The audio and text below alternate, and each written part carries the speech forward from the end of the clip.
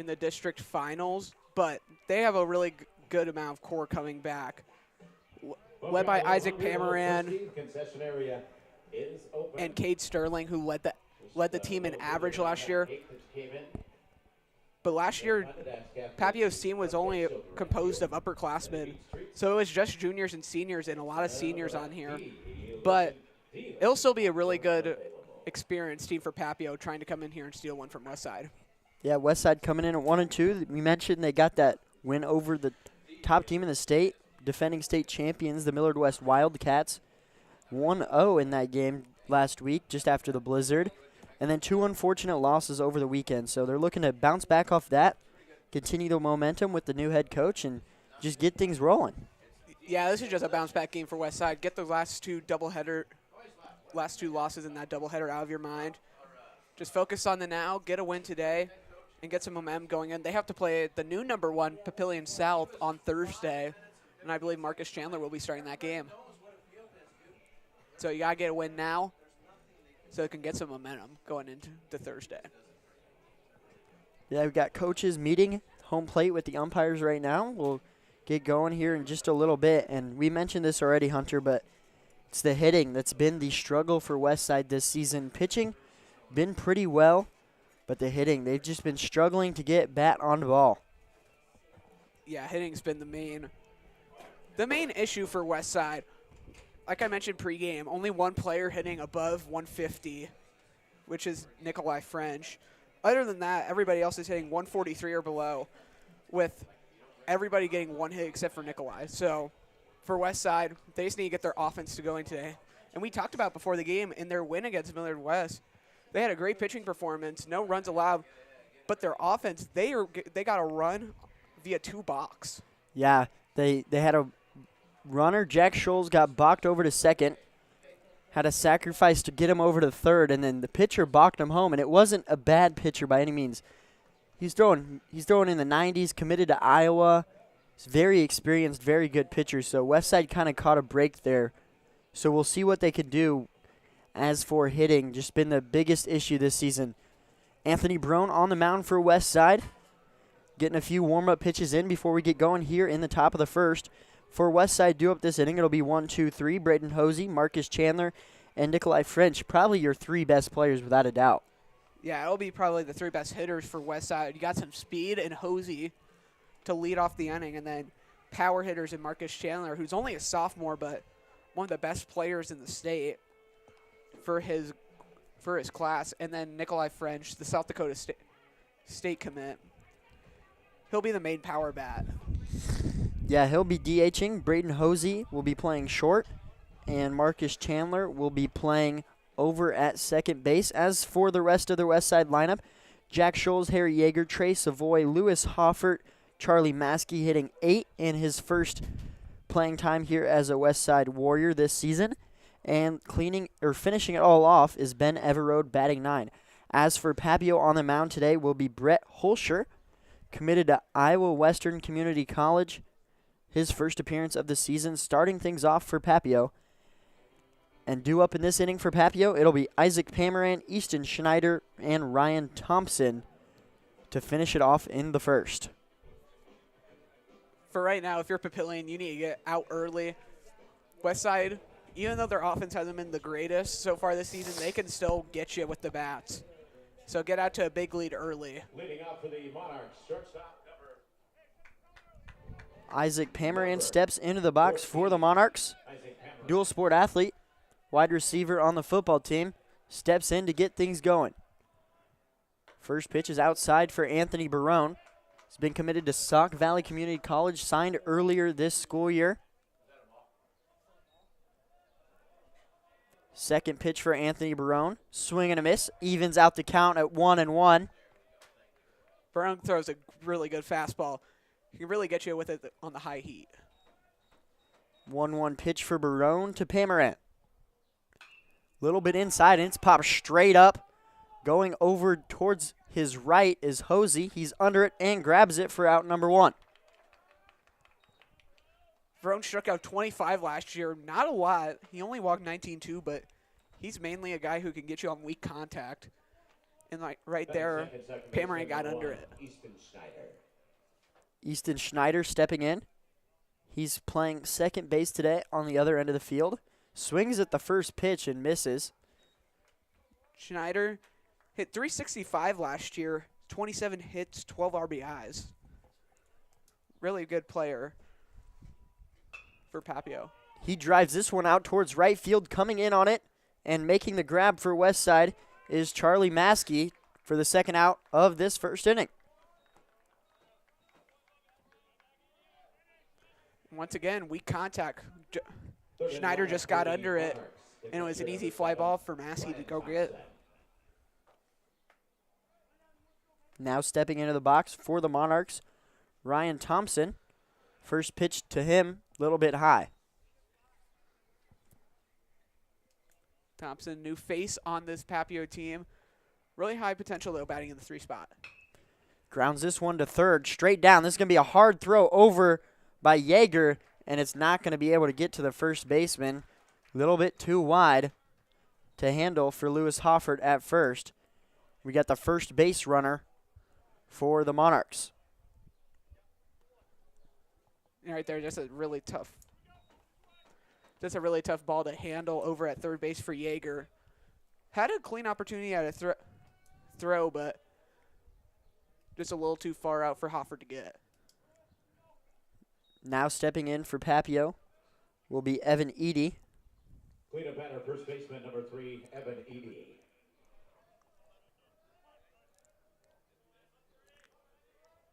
Barone to Eady for the first pitch. That one straight down the gut for strike number 1.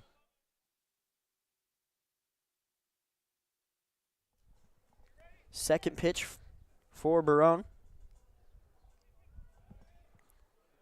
Throws it back to first to keep an eye out for the runner, Ryan Thompson. And he can do that as much as he wants here in high school baseball, Hunter. You're not going to limit it on that one. Yeah, there's a really big push in the MLB on pickoffs.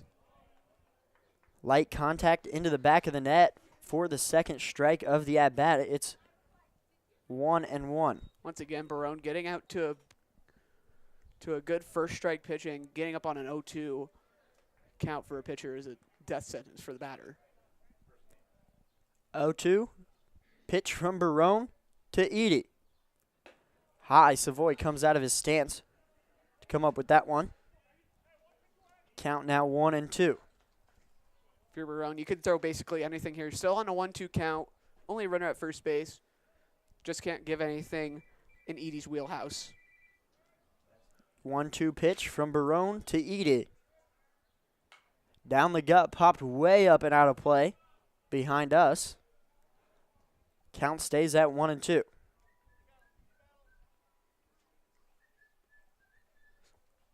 Runner at first, Ryan Thompson. Reached on a hit just past the third baseman. Barone looks on for the 1-2 pitch. Taking his time. Runner goes. Chop towards third, but foul. Runner will have to go back, and we'll get another 1-2 pitch. Barone's trying to mess with his timing a little bit. Right there, taking a real good minute just to throw it. And in high school, there's no pitch clock, so he can take a good minute.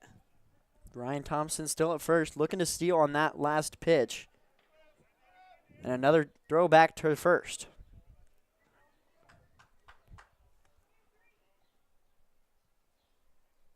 Still 1-2 count for Barone. Pitch to Thompson just a little bit outside, maybe a little high. Evens out the count at 2 balls, 2 strikes.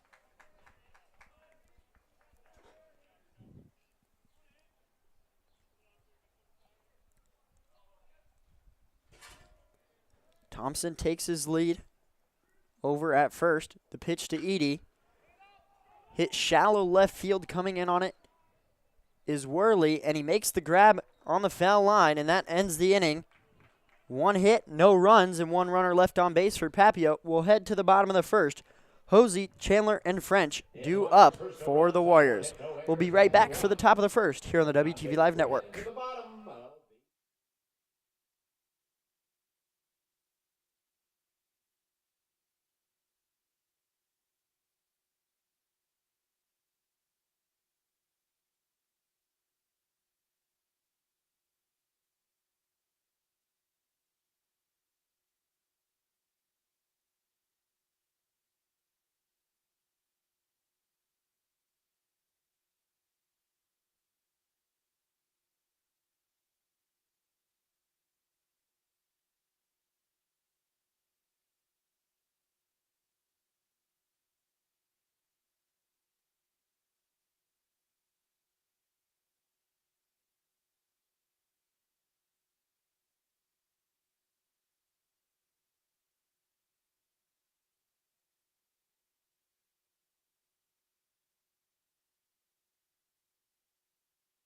Welcome back here on the WTV Live Network. Score 0-0 as we head to the bottom of the first. Westside has Braden Hosey, Marcus Chandler, and Nikolai French due up.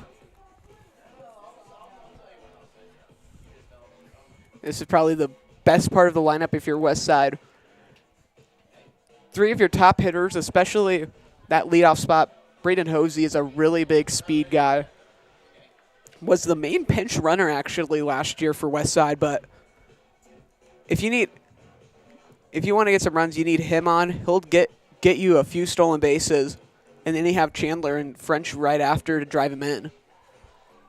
Power of the lineup due up, as always, here in the top of the first for Westside. Brand new coach Kevin Cook will be on the third base side, bringing in runs hopefully for Westside. And Anthony Barone came up scoreless, only gave up 1 hit in the top of the first.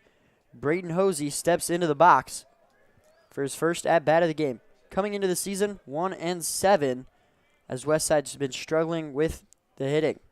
Holster's pitch towards the top of the belt, called strike 1 against Hosey. Holster's got a really good fastball, high 80s, mid to high 80s. He can really throw it fast. Another one chopped towards first, just foul before it gets past the base. And we'll get an 0-2 pitch now against Hosey. Especially against Hosey, that's really good to get up on an 0-2 count. Holscher to Hosey, the 0-2. That one's high. First ball of the at-bat. Hosey gets squared away. Much faster tempo for Brett Holscher. This one's a line drive out in right field. Going over is Antoniak. He's under it and makes the grab for out number 1. Just once again, the high fastball. Not bad contact by Hosey, but not enough to get it over the head of Antoniak in a quick first out. Now stepping into the box, Marcus Chandler. 1 for 11, really slow start for the star sophomore. That one's a little inside, and we'll get the 1-0 pitch now from Holscher. Iowa Western commit, Brett Holscher. Pitch, fouled straight back into the net, 1-1. Holscher, 4.61 ERA coming in. Went 1-3 last year, so not the greatest season statistically, but he was an inning eater, 27 innings for the lefty, and 29 strikeouts to 24 walks. After the ball flies into center field off the catcher throwing it back, that pitch is inside, 2-1. Westside needs base runners this game. They didn't have much in the past 3 games. Another one high, maybe a little bit outside, and now 3-1 for Marcus Chandler. Steps into the box, stares off for Hosey, and the 3-1 pitch. Foul tip into the net, and we have a 3-2 full count. Holscher to Hosey, the full count. Swing and a miss, strike 3, and that's out number 2 here in the first inning. Solid at bat, fighting was Marcus Chandler, but in the end, Brett Holscher comes up with the win. Perfect pitch by Holscher, high fastball. Chandler swung at it and was way behind it. Good second out. Nikolai French now in the box for Westside. Thought about swinging on the first pitch, but it's in the dirt for ball number 1.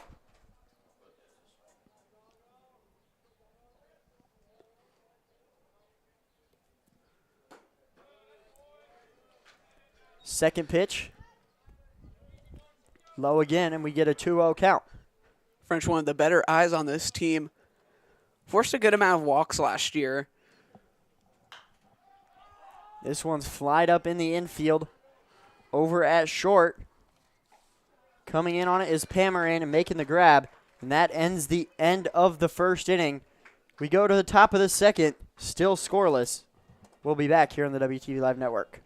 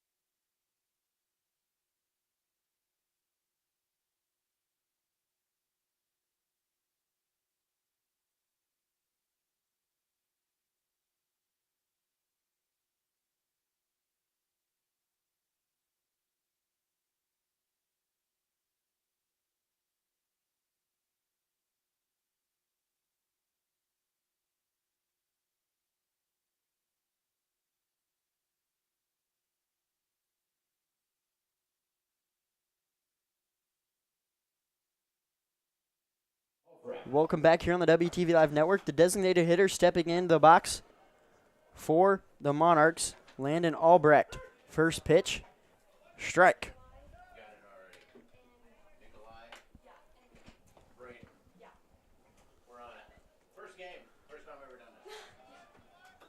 Second pitch is outside for Barone. Count at 1-1. Barone's third pitch of the at-bat to Albrecht. Swings, popped up towards right field, going out at it. Maskey comes in on the pitch and makes the grab for out number 1. Maskey already been busy out in right field. Second grab of the game. And all of the contact Papio has been managing to get, except for one, which was the hit by Ryan Thompson. They've just got under it. They've swung it in the air really high.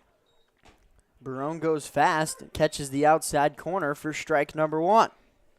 And just like the first inning, Barone's just going to go after the hitter immediately. First pitch strikes, second pitch strikes, whatever you can get. This one way high. Savoy pops out of his stance to grab it. Westside in their brand new uniforms, red with black trim. Got several new combinations this season. New coach, new uniforms. This is a new look Westside. 1-1 pitch, a little bit high. Count at 2-1. I do want to ask Zach, which uniforms are your favorite? I know you've been really liking the black I uniforms. really like the all black. Black, red, and white are the basic uniform colors. 2-1 pitch, outside. Savoy blocks it. 3-1 upcoming. I am surprised, though, that they did not get a gray road uniform. Most teams usually have one, especially with their good color scheme. The 3-1 pitch from Barone, high, and that's a walk for Landon Albrecht, the second base runner now for the Monarchs.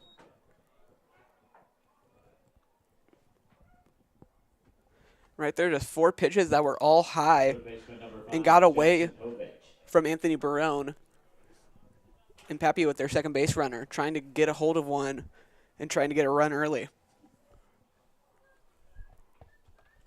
Barone looks on for the first pitch. Runner goes. This one's fouled straight off the foot. And that'll be a foul ball. Runner goes back. Nothing like a little hit and run that Papio was trying to execute. But that's just about worst case scenario if you're the Monarchs. Little foul ball. Can't advance the runner. But I wouldn't be surprised if they tried it again. Sterling. Another throw back to first for Barone. He's done that several times already. Right there, that's a good one. Just showing maybe not a hit and run situation this time if you're Papio. Barone looks on for the 0-1 pitch. Outside, runner thought about going, but ends up going back. Jackson Povich hitting the 7-hole for the Monarchs.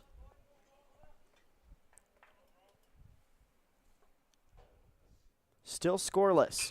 Barone, this one's lined into left field. Coming in on it is Everode to make the grab for out number 2. And right there, not bad contact by Povich. Everode was right there to make the catch, though. Trevor Antoniak now steps into the box with a runner on first and 2 outs. Barone looks on. Had a solid start. Gave up 1 hit in the first inning. Put a runner on via walk. That's Sterling over at first.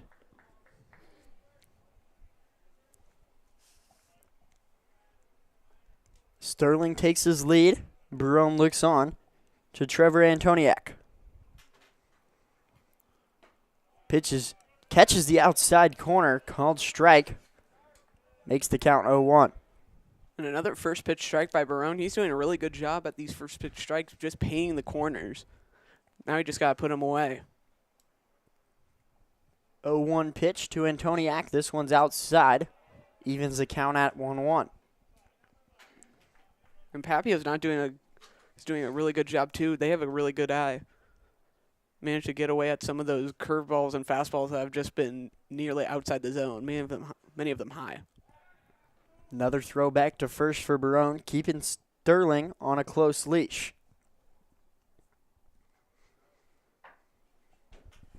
Count 1-1 to Trevor Antoniak. Barone's pitch. Outside and low for ball number 2. Tempo much different when runner on first for Barone takes significantly longer amount of time to deliver his pitch. 2-1 pitch from Barone. Another one just a little bit outside. Count now 3-1 on the verge of walking another this inning. You can see it when he pitches. He's doing a little slide step to the plate.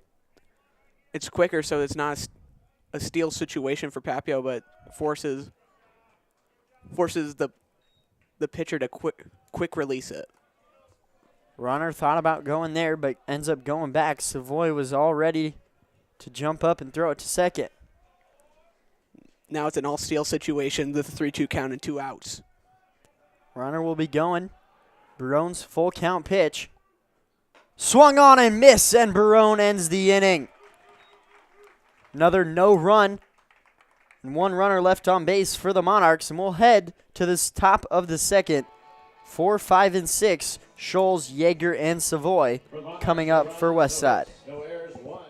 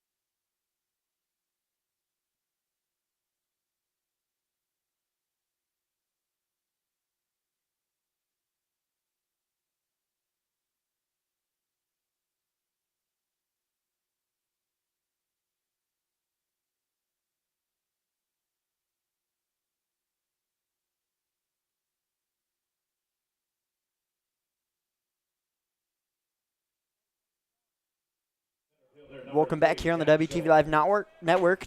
Bottom of the second. Here for Brett Holscher on the mound. It's Jack Scholes in the box. Takes first pitch for a strike. Scholes is more of a speed guy, but he's got some really good pop in his bat. That's why he's hitting in the cleanup spot. Only a 1 for 10 start to the season, though. That one's in on his feet. Steps back and takes first ball.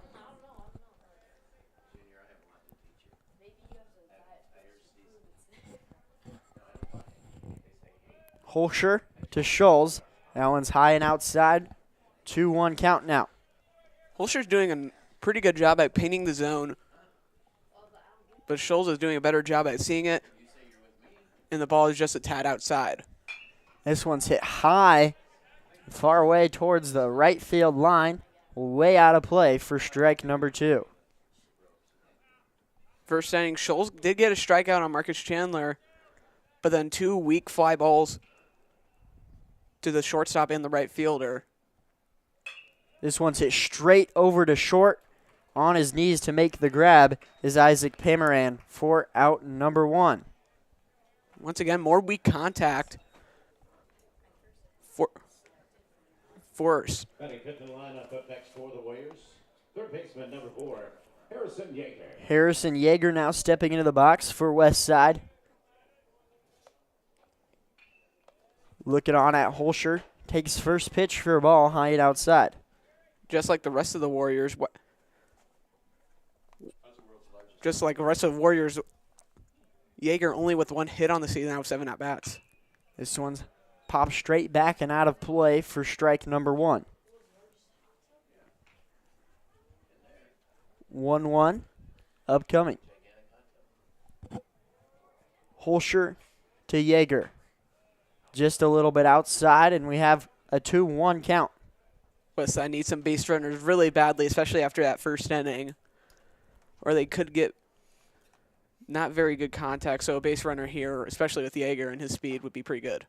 That one's outside, and now we have a 3-1 count. Holscher on the verge of walking Harry Yeager.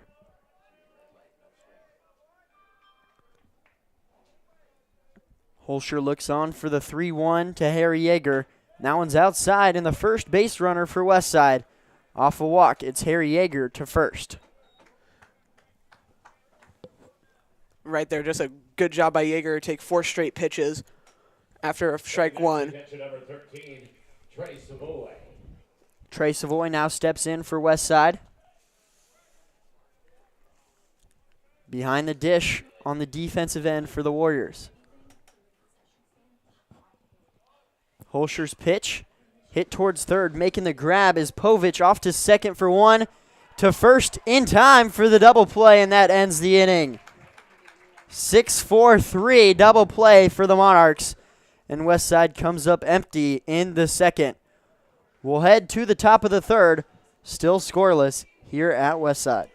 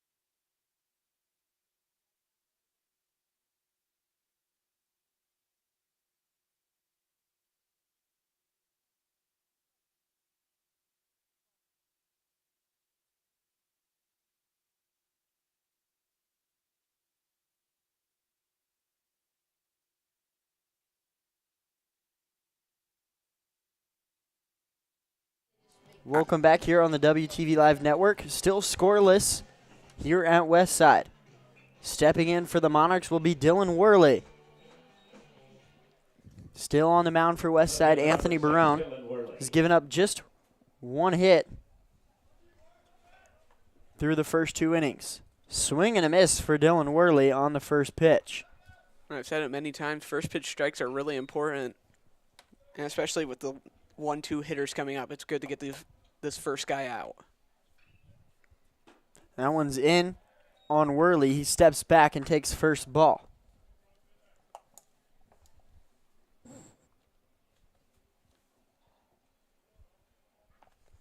That one's hit towards third, but foul and out of play. Count now 1-2.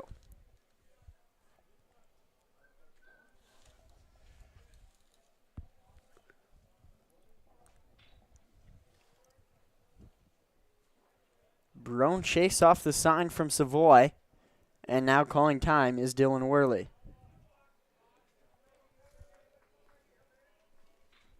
Steps back in, gets ready for the 1-2 pitch from Anthony Barone.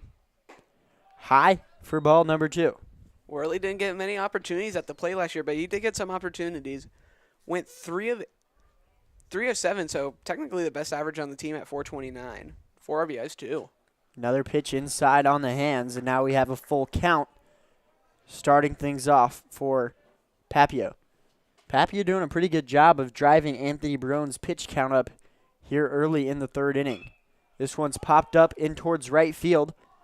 Coming in on it is Maskey, and he'll make the grab with Chandler in front of him for out number 1.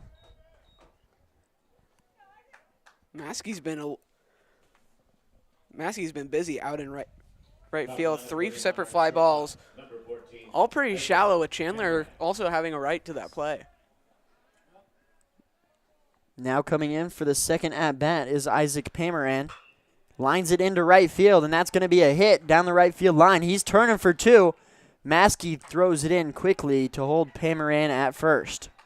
Right there, that receiver speed may have gotten it to a double, but Pameran got out in front of it, poked it right over the head of Harry Yeager. It's his second hit. That'll be charged to Anthony Barone. 1 out and 1 on with Isaac Pameran over at first. Easton Schneider steps in as we throw back towards Pameran. He's got elite speed over there at first.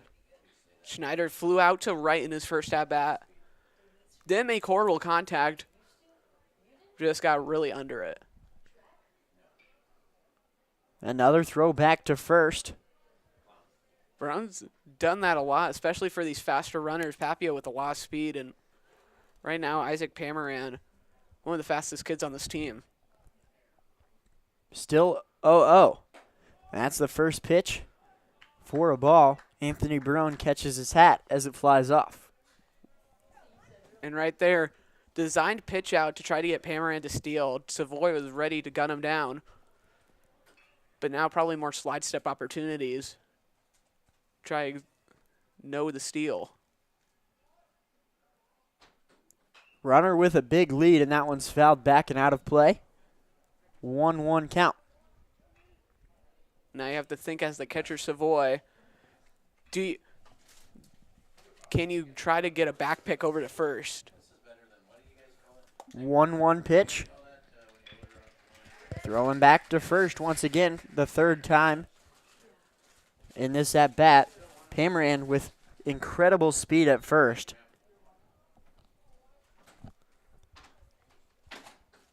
Barone looks on for the 1-1 pitch. Runner goes. Savoy down to second. Gonna be close, and he's gonna be safe. Barone jumping up. He thought he had him. And one, Pameran down to second in time.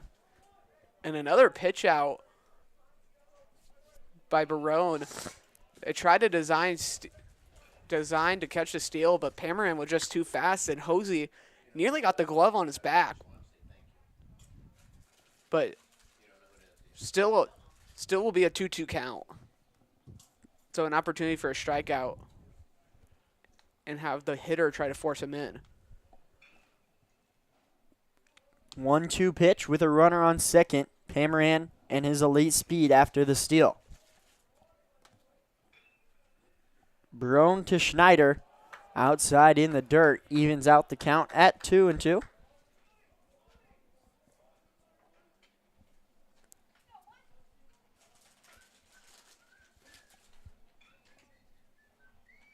Pitch from Barone to Schneider.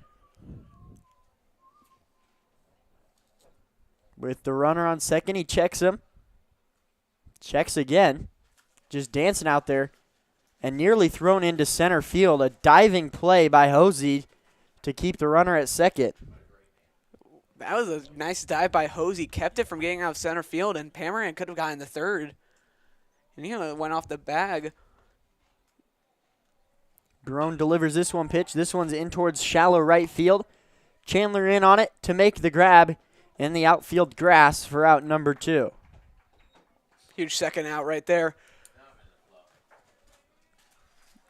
Now it'll force the next hitter up, which will be Ryan Thomas, to get a hit to drive in Pameran.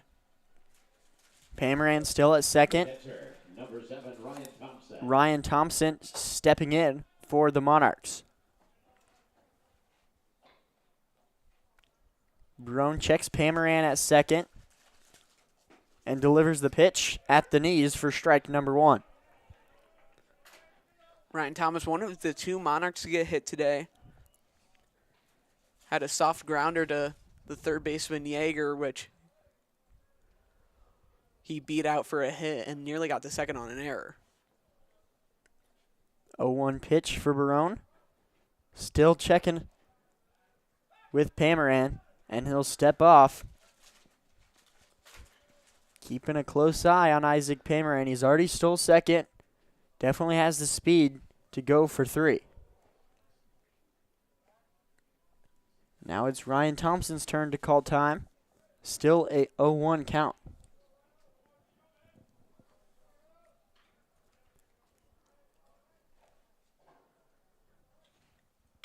This one's lined straight over to Hosey. On to first, a laser in time to Lewis Hoffert for the 3rd out. And Anthony Barone gets out of his first little jam. Still scoreless here at Westside. Coming up in the bottom of the 3rd will be Lewis Hoffert, Charlie Maskey, and Ben Everode to finish things off. Still scoreless here at Westside. To the top of the 3rd we go.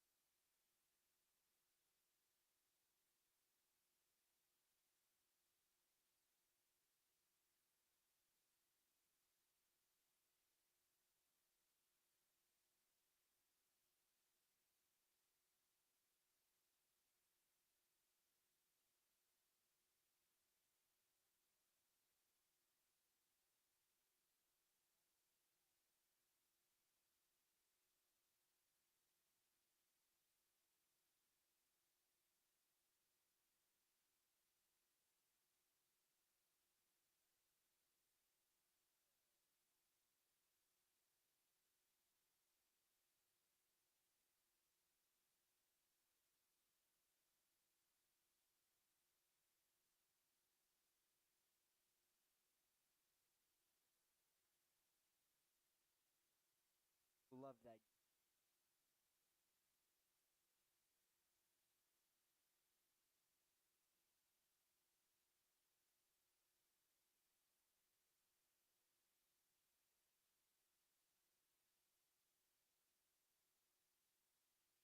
Welcome back to the WTV Live Network. Lewis Hoffert steps in for Westside, trying to get some things going against Brett Holscher, who's had a really good start here tonight. Hoffert 1 of 1 on the season. Lone at bat, got the hit, so technically 1,000 hitter for now. This one way out of play towards the right field side. Somebody's going to go have to chase that one down. But Hosier, 2 clean innings for him. Only allowed a walk, but got that through a double play. This one's lined into right field. The first hit for Westside. How about that? Lewis Hoffert into right field. We got 1 runner on with no outs for Charlie Maskey, the 8-hole hitter. Right fielder number 34, Charlie Maskey. And that's going to be a pitch runner now coming in for Westside. Number 1, Carson Kelly. It'll be Carson Kelly to pinch run. The senior for Westside. 1 of 11 seniors this year. One of the most experienced Westside teams this season in a very long time. Trying to get back to their first state championship in a pretty long while. Won 3 in a row in 2013, 14, 15. Had a really solid team with Jake Myers and I believe Matt Waldron too. 2 big major leaguers. Now it's Charlie Maskey's turn to try and get Hoffert move over. Keep this inning going. Still no outs. That's a ball for the first pitch. Kelly's got some speed over there at first base for a pinch runner. So he's always a steal threat, but it's always really tough with a lefty. Can do a weird pickoff move. This one's right up the middle to second for 1, off to first in time. And there goes Westside's base. First pitch ball from Brett Holscher.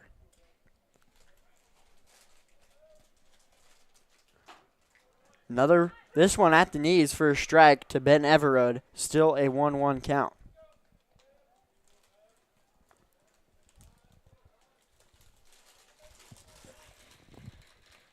Swing and a miss, Everode goes, and it's a 1-2 count. Right now, if you're Everode, choke up on the bat. Probably gets something into play here. But for Westside, if he gets out, top of the lineup coming up next inning. Swing and a miss, and that ends the inning. Still scoreless after 3. Pitching duel between Brett Holscher and Anthony Barone, who we'll see here in the top of the 4th. In the wire, third.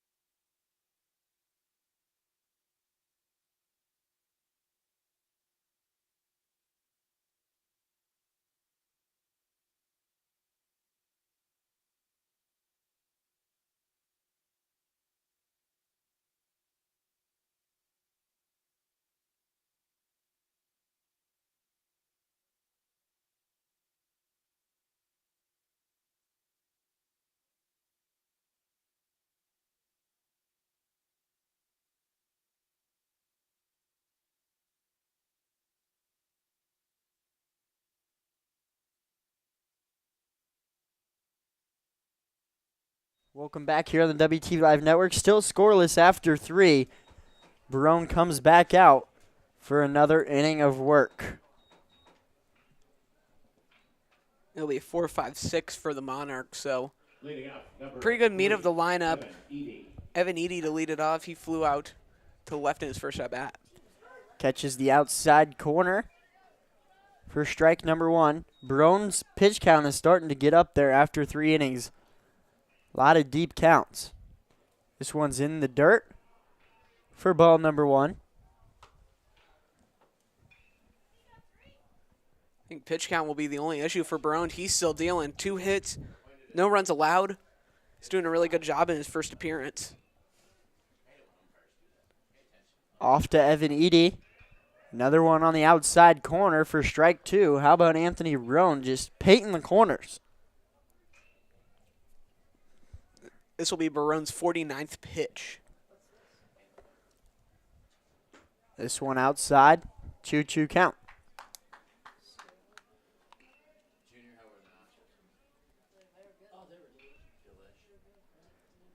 Barone to Eady on the 2-2 as Barone steps off. 2-2 count. Barone down the gut for strike number 3 looking. And Eady steps back to the dugout. That's out number 1 for Anthony Barone. And another first out by Barone, making sure nobody's getting on base. Chandler's the X factor, kind of a wild card on this team. Two-way player, can pitch and hit, also play the field, plays a little bit third, and plays second as well. Only main flaw last year is his strikeouts and errors. First pitch is a ball. Now it's 1-0.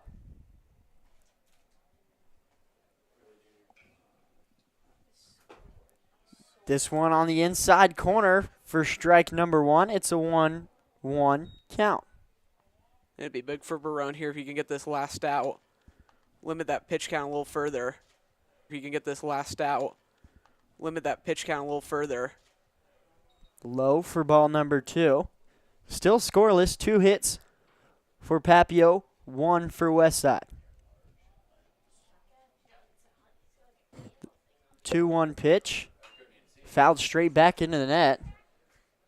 And how about that in the on-deck circle, a grab. Nice grab by Povich. The 2-2 pitch from Barone to Albrecht.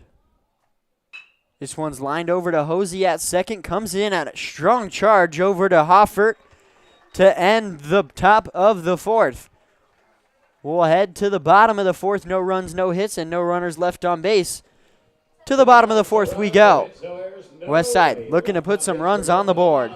We'll be back here on the WTV Live Network.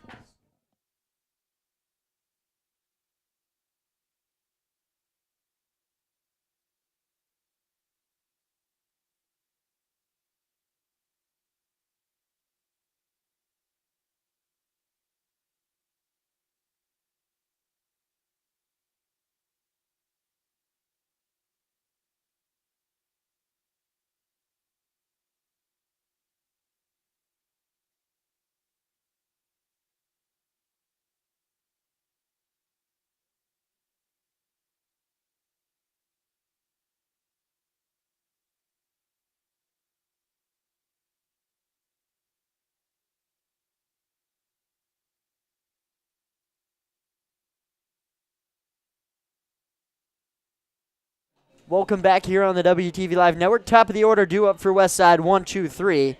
Braden Hosey, Marcus Chandler, Nikolai French all got out in their first at-bat in the first inning. Brett Holscher making quick work of the Westside Warriors here tonight. Hosey steps in. He flew out to right field in his first at-bat to lead things off in that first inning. Holscher just a little bit low for ball number 1. Hosey flew out to right in his first at bat, but be a big big base runner for Westside. Whoa. Straight up the middle. Holscher can't grab it, and it's into center for a hit. Braden Hosey, leadoff runner for the Warriors, just like last inning. Huge base runner for Westside, especially with his steal potential. Main pinch runner last year coming in. He had 9 stolen bases, but bigger workload this year, and I expect him to steal almost immediately. Marcus Chandler now in the box. Outside for ball number 1. Hosey's tiptoes his way back to first. Expect Holscher to keep a close eye on him. Chandler struck out his first at bat, 1 for 12 on the season. Just trying to get back in the hit column, be a big boost for his confidence. Pitch is outside. Ball number 2. Holscher facing a really good Marcus Chandler. He's down in the hole, 2-0.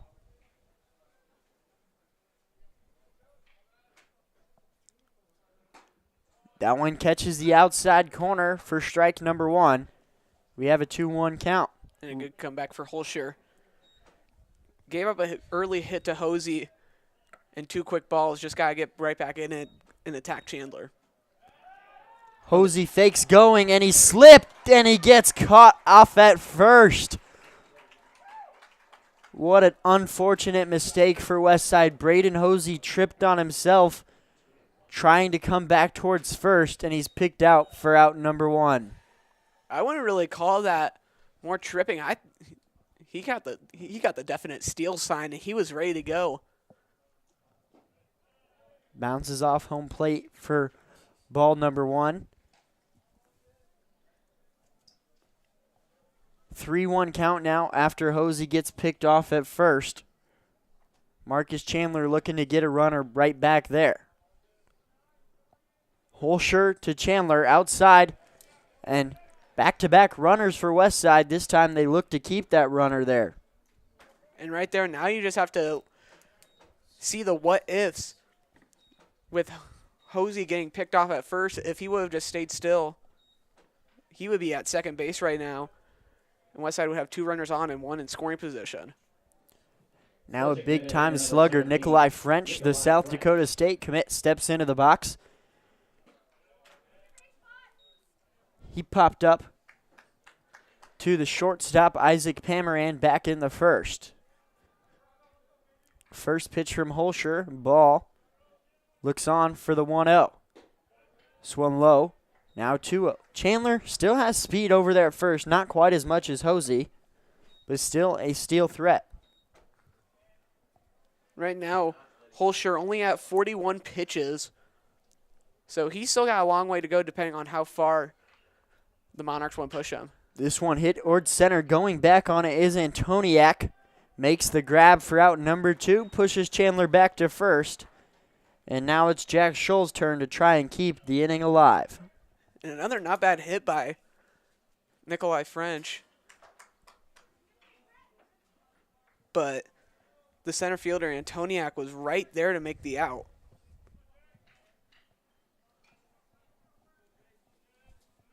Number 3, Jack Scholl.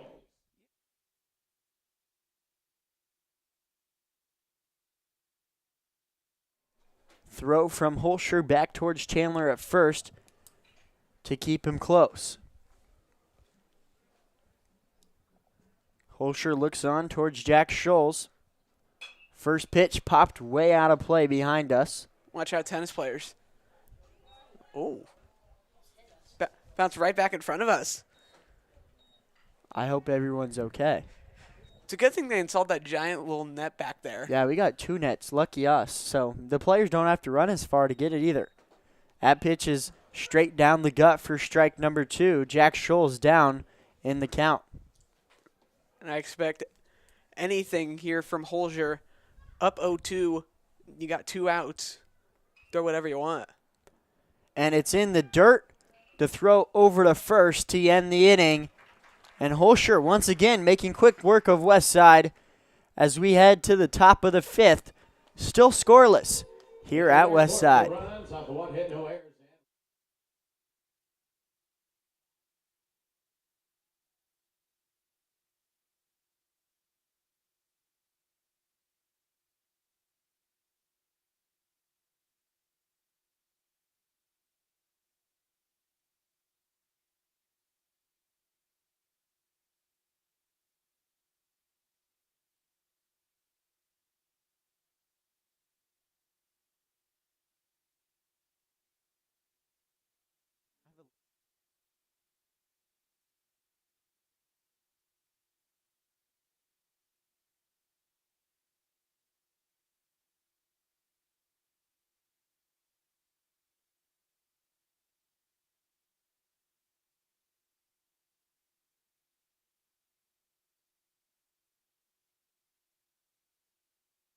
Rome looks on, throws for a strike. It's 1-1.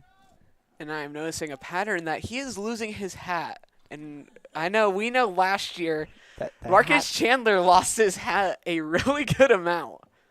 pitch outside. Count now 1-2. I think they need to get them some tighter hats because it seems like every pitcher, Tailor-fitted hats. every game, all the hats fall off. Not really windy either, so. This one hit over to Hosey at second.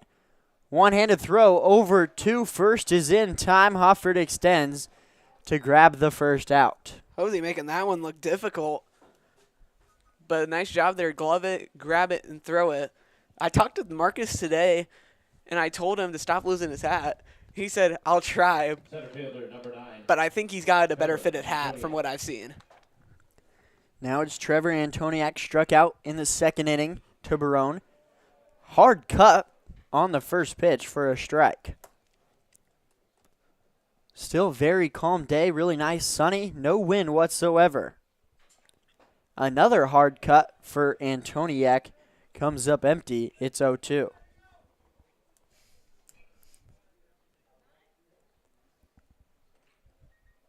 Antoniak. And that one's way high for ball number 1. Antoniak steps in for the 1-2 pitch. Looking to do something for the Monarchs here in a 0-0 game. Another hard cut. Comes up empty. Remains 1-2. I believe Westside probably has somebody ready just in case. Barone at 65 pitches. So he probably is done after this inning.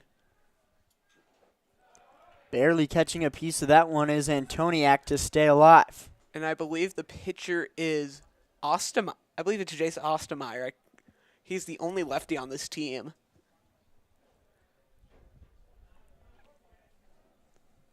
Barone looks on, the 1-2 pitch outside. Trying to frame it is Trey Savoy. And there goes the hat. Here, losing every year, man. It's always the hats. Barone looks on, the 2-2 pitch. Swing and a miss, strike 3. There goes Trevor Antoniak. And Anthony Barone trying to go 1-2-3 for Westside. Only his third strikeout of the day, Dylan Worley. but he's only walked one, so it kind of evens out. Dylan Worley steps in, flew out to right field. Back in the second. Or in the third inning, rather. Looking to get on base to turn over the order. Catches the outside corner for strike number 1.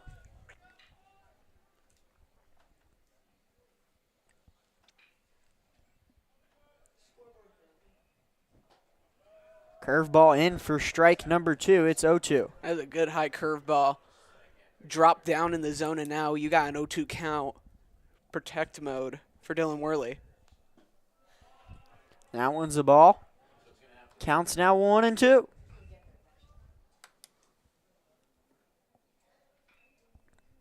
Papio-La Vista in their first game of the season. Light cut way out to the left. And the count stays at 1-2.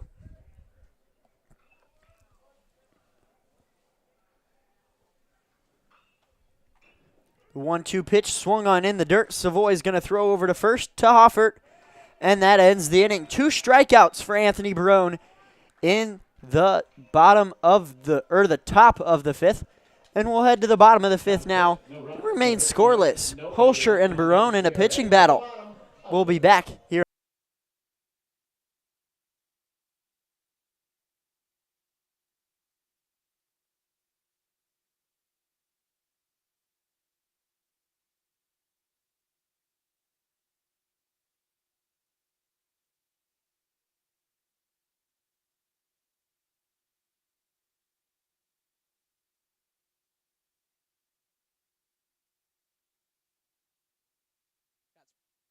Welcome back to the WTV Live Network. We're scoreless here in the bottom of the 5th.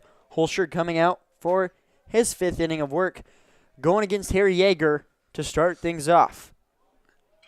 Takes first pitch for ball. Yeager, only Westside hit, one of 2 Westside hitters to get hit today, got one in his first at bat. Hard cut, comes up empty. It's 1-1. Holscher committed to Iowa Western, was committed to Nebraska, nearly signed with the Cornhuskers before they revoked his offer a few weeks before signing day. That one straight down the gut, strike number 2. And that might just give him some more fuel to fire off, show him what they missed out on. Takes the second sign from his catcher, delivers just barely outside, and Yeager stays alive with a 2-2 count. Westside had a good opportunity in the last inning. Had 2 separate base runners on, just couldn't get them together. Another one just barely outside. Yeager actually threw a complete 7-inning game last season on the mound, which was here on the WTV Live Network. He is a big part of the Westside rotation this season. Had not too bad of an outing, I believe, against Lincoln Northeast. The offense just wasn't there, though. This one's chopped out towards right field and out of play. Count stays full. And now if you're Yeager here, you just want to extend the pitch count as much as possible. 51 pitches for Holscher. Holscher's pitch. This one's over into the gap off the glove of Schneider and into right field as Yeager reaches. Beautiful leadoff hit for Yeager. Kind of got jammed on it, but managed to bring in his hands, get it out. And a near good diving effort by Schneider. Just missed it. I was going to be a tough play regardless if Schneider came up with that one. And that's the 3rd straight inning now Westside has reached to start things off, all with a single.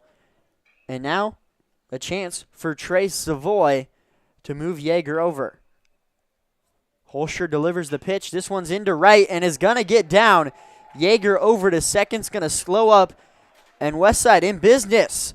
First and second with no one out. It's going to be Lewis Hoffert, the 7-hole hitter, with a chance to drive in a run. And that's big for Savoy. I talked with him earlier in the season. He didn't have too good of a year last year from what he told me. But he came from Millard West, went there for a couple of years, transferred here for his junior season. Got a win against his former team. He was really happy about that. But it's kind of slowed off to begin the season. Went 1 for 7, but now it's 2 for 9. Good hit. And now Westside has their first runner in scoring position. Stepping off was Trey Savoy. Coming in to run for him is Jacob Schleifer over at first. Dual sport athlete as well. Plays football and baseball. A lot of them on Westside. Along with First steps in, looks on to Holscher. Delivering the 1-0 pitch. High for ball number 2. Count 2-0 to Lewis Hoffert. Much different situation for Holscher. Now with a runner in scoring position and 2 on. Got to attack the hitter and now down 2-0. Bottom of the 5th, 2 runners on, no outs. Lewis Hoffert in the box. Takes ball 3 from Brett Holscher. And Thompson's going to call timeout to go calm him down. Yeah, not a good situation. 3-0 count. Walk loads the bases. And it'll be a huge detriment for the Monarchs. Both bullpens are active, though. 2 pitchers in for Westside, and 1 down the right field line for Papio. Coach Cook also had a word with his hitter, Lewis Hoffert, in that timeout. One of the pitchers down Westside's line is Luke Sterling. And the 3-0 pitch from Holscher straight down the gut. First strike number 1. That's kind of that unwritten rule. Never swing on the 3-0 count. It's been more implemented in the upcoming years. Fernando Tatis, big guy, swings on 3-0. Holscher, and that one catches the outside corner. Beautiful pitch. That was very close to being ball 4. And now we have a full count. Brett Holscher battles his way back against Lewis Hoffert. The 3-2 pitch, no outs. First and second loaded up for Westside. Check swing, and they're going to say he did not go. Nate McCabe steps out of the dugout for Maskey to get his first hit of the season. Come in a big spot. Get his first hit of the season. Come in a big spot. His first appearance as a hitter this year. 2 singles and a walk for Westside in this inning. And Holscher in a huge jam here in the bottom of the 5th. Big time for Westside, especially with their offense being been anemic this year. Be a big boost if they can get a multi-RBI hit. Maskey flies this one into the net for strike number 1.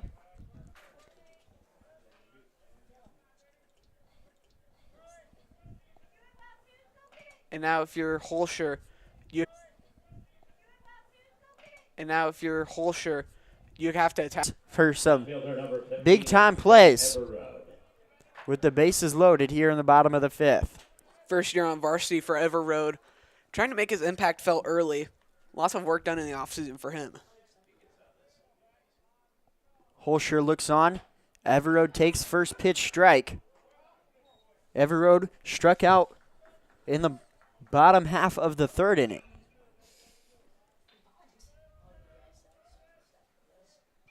Holscher looks on in the dirt for ball number 1. 1 ball, 1 strike. Huge situation here for both Holscher and Everroad. Opportunity at double play. Infield corners in and the middle infielders are back. So an opportunity at ground ball double play. But you just can't strike out if you're Everroad. Down the gut for strike number 2, and Everroad's down in the count, 1-2.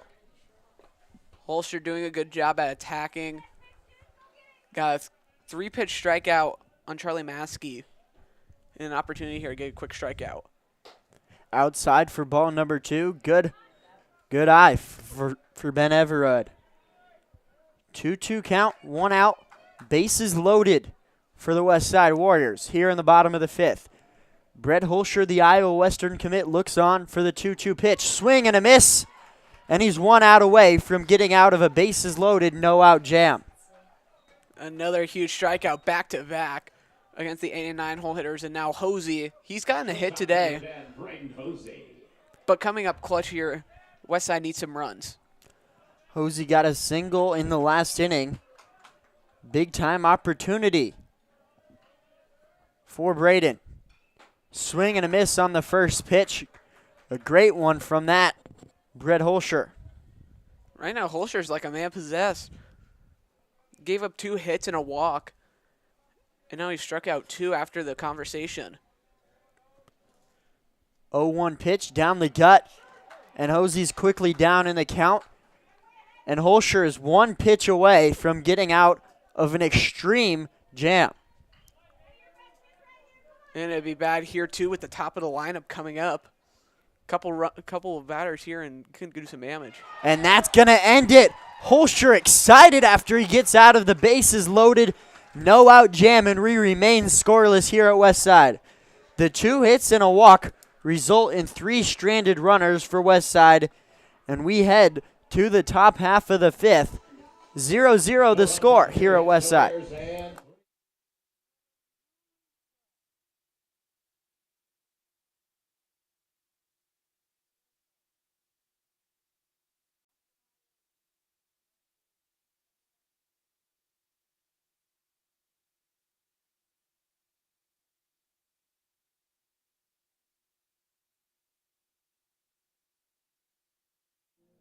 Welcome back here on the WTV Live Network. A big-time escape for Brett Holscher and the Monarchs.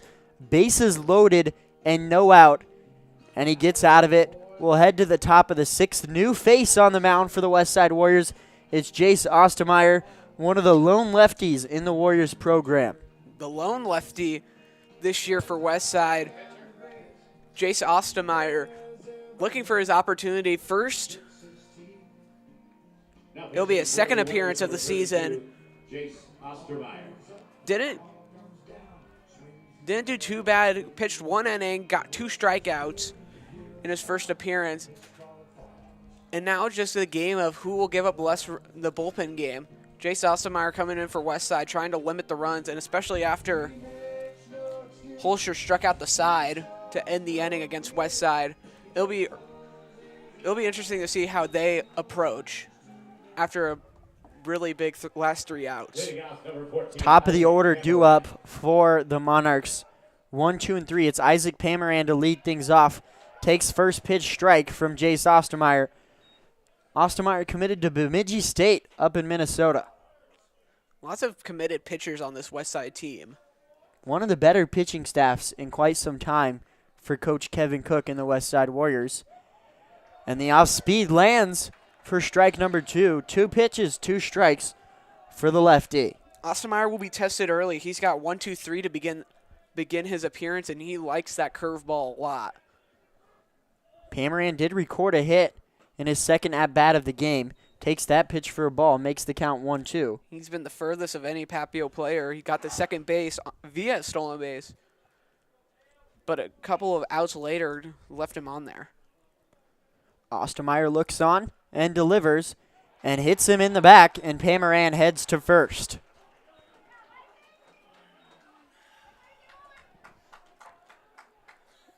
Really big there. Pamaran was down on 2 strikes, and now you have a really fast, Number 1, Easton Schneider. really fast player over at first base. 30 stolen bases last year. The only good thing is Jace Ostermeyer is a lefty, so that might be helpful for Westside to catch some stolen base thieves.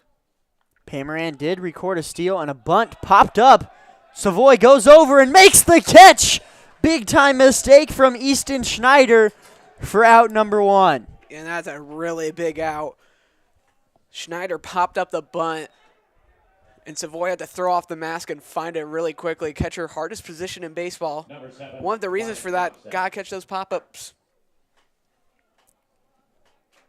Now stepping in is Ryan Thompson, still hitless, or actually did record a hit off the first, near borderline error by the third baseman Harry Yeager, and Ostermeyer with a light throw back to first, keeping Pamaran on a leash. One of the advantages of having the lefty is the pickoff moves. Looks like he can go into his windup, but can make a quick throw over to first, get the out. Ostermeyer looks on, the 0-0 pitch, back to first he goes, second time in a row. They're watching Pamaran over there. They know his speed. 30 stolen bases last year and already won today. Leading receiver for the Papio-La Vista Monarch football team. And there goes the runner. Savoy is not even going to throw it down to second. And a second stolen base for Isaac Pamaran tonight. And now a 1 out, 1 on, the runner at second. Savoy gives some words to Jace Ostermeyer on the mound. Stepping in is going to be Evan Eady. Ryan Thompson looks on. The 1-0 pitch from Jace Ostermeyer, the lefty. He's going to step off the mound. Still scoreless here in the top of the 6th. Ostermeyer will look on. The 1-0 pitch to Ryan Thompson. Runner almost went. That's a chopper down the third base line and foul. Another one of those stutter steps from the runner, Isaac Pamaran. Yeah, Pamaran, opportunity to steal at any point in time. And you can call. Westside did a good job of calling runner, even though he's not going. But still, the opportunity at a steal or delayed steal, Savoy gets a little too happy behind the plate. Runner is going this time. Savoy, another no attempt down to third. And now Papio really in some business with a runner on third and only 1 out with Jace Ostermeyer on the mound. And especially with their 3-hole hitter up right now, Ryan Thompson, already a hit today. And in a 2-1 count, Pamaran over at third, anything can get him home at that point. Ostermeyer delivers the pitch at the feet of the hitter, and Savoy has to go track it down. And also on that steal of third, what you want for a good attempt at a caught stealing is a high outside pitch. And right there was really low and really inside. The 3-1 pitch inside and a walk for Ryan Thompson. And now the corner's on with just one out. Stepping into the box now for the Monarchs, Evan Eady, who got caught looking back in the 4th inning. And now the coaches are going to have some words for Eady with the runners on corners. And once more, Westside bullpen warming up. Charlie Maskey out there to maybe get some aid if everything goes wrong for Westside, but now they'll bring their infield into talk. Pitching coach comes out to have some words with Jace Ostermeyer, who has struggled with some control, only able to record one out thus far. Brett Holscher, big in that bottom half of the 5th inning, got out of a no-out, bases-loaded jam with 3 strikeouts rather, struck out the side, 2 swinging, 1 looking. And now a long visit at the mound. The umpire is going to take his walk to break it up. No. As they break, and we get ready to go.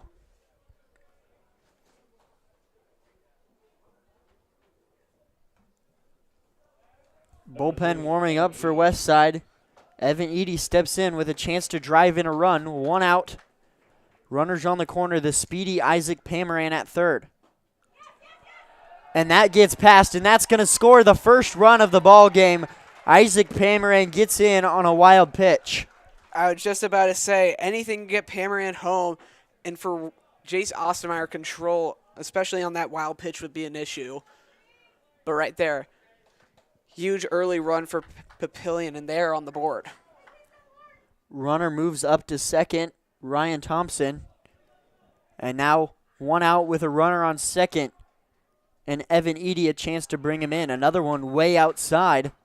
And Jace Ostermeyer continues to struggle. Just need to find some control, get it down the middle, find what you did at that first batter.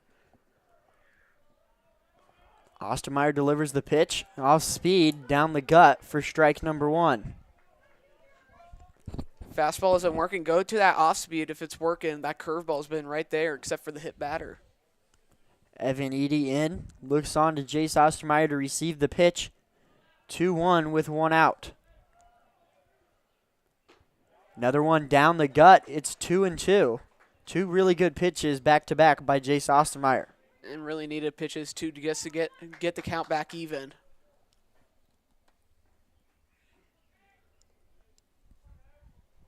Here in the top of the 6th, Papio just takes the lead 1-0, and Savoy slides over to take the outside pitch. In a full count now, 3-2. Can't lose him here.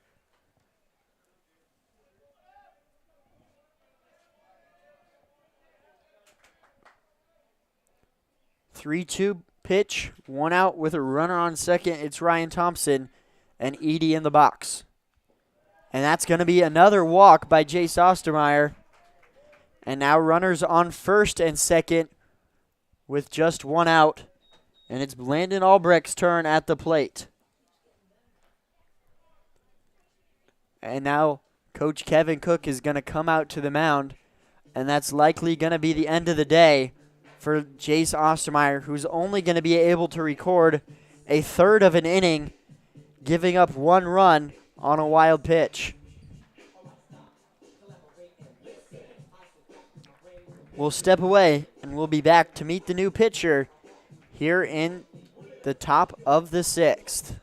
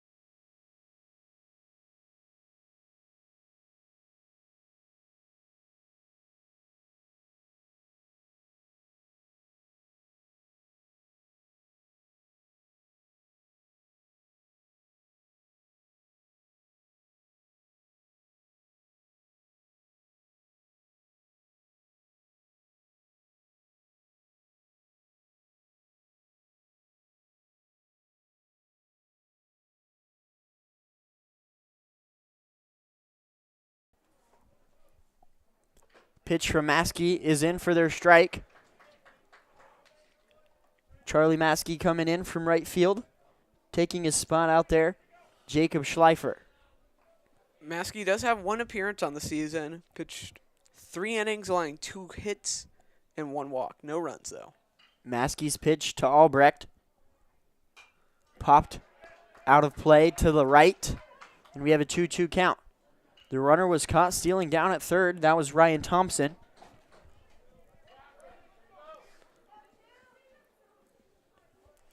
As Westside trying to get their way out of this after giving up the singular run of the game so far. Maskey looks on and delivers the pitch just a little bit outside, and the count is full with 2 outs. Just a runner on second, Evan Eady.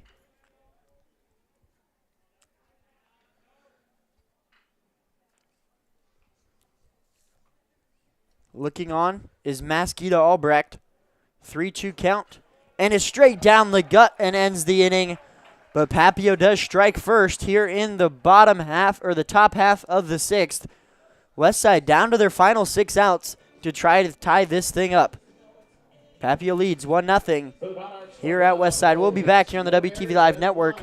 Due up for Westside when we're back is going to be Chandler, French, and Scholes.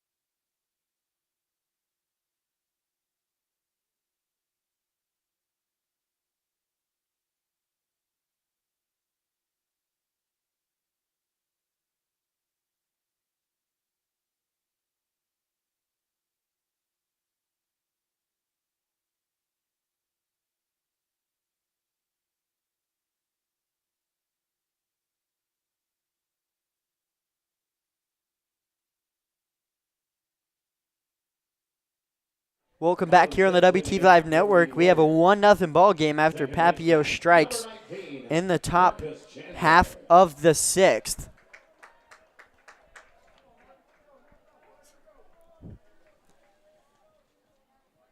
Marcus Chandler steps into the box against the new pitcher, Landon Albrecht, for Papio-La Vista. Brett Holscher's day is done. He gets through 5 scoreless innings, including a really big-time 3 straight strikeouts in the bottom half of the 5th to prevent Westside from scoring. Albrecht delivers the pitch to Marcus Chandler with ball, and it's a 2-0 count. Yeah, it was a really big last inning for Holscher. 2 hits and a walk, got the bases loaded, and then 3 straight strikeouts to end it. Marcus Chandler comes up empty on the hack, and it's 2-1. Holscher struck out Maskey, Everode, and Braden Hosey. The top half of the order, it's Marcus Chandler, the 2-hole hitter. Lines this one down the left field line and fair. Marcus Chandler is going to push for 2. Coming in to grab it is Worley, throwing it in, and Marcus Chandler has a leadoff double. A chance for Westside to strike and tie this thing back.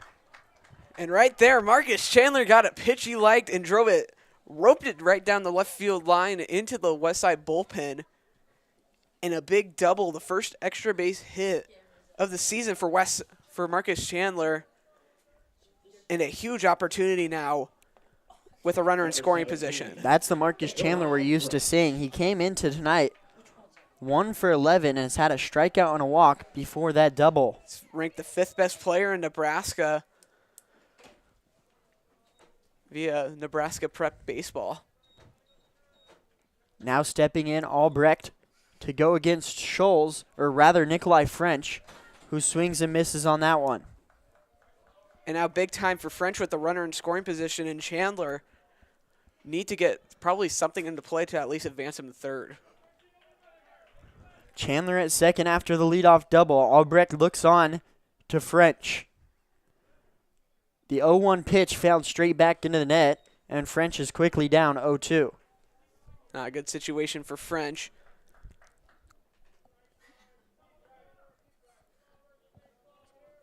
Needs to get out in front of something, choke up on the bat. Try to get something into play. The 0-2 pitch from Albrecht to French. Swing and a miss, strike 3. There goes Nikolai French. Albrecht records his first out of the inning. Marcus Chandler still sitting at second base. Now it's a chance for Jack Scholes, the cleanup hitter, to bring him in. Now you have to contemplate, if you're Coach Kevin Cook, see if you can have Marcus Chandler steal. He's not the fastest by far, but he can still move.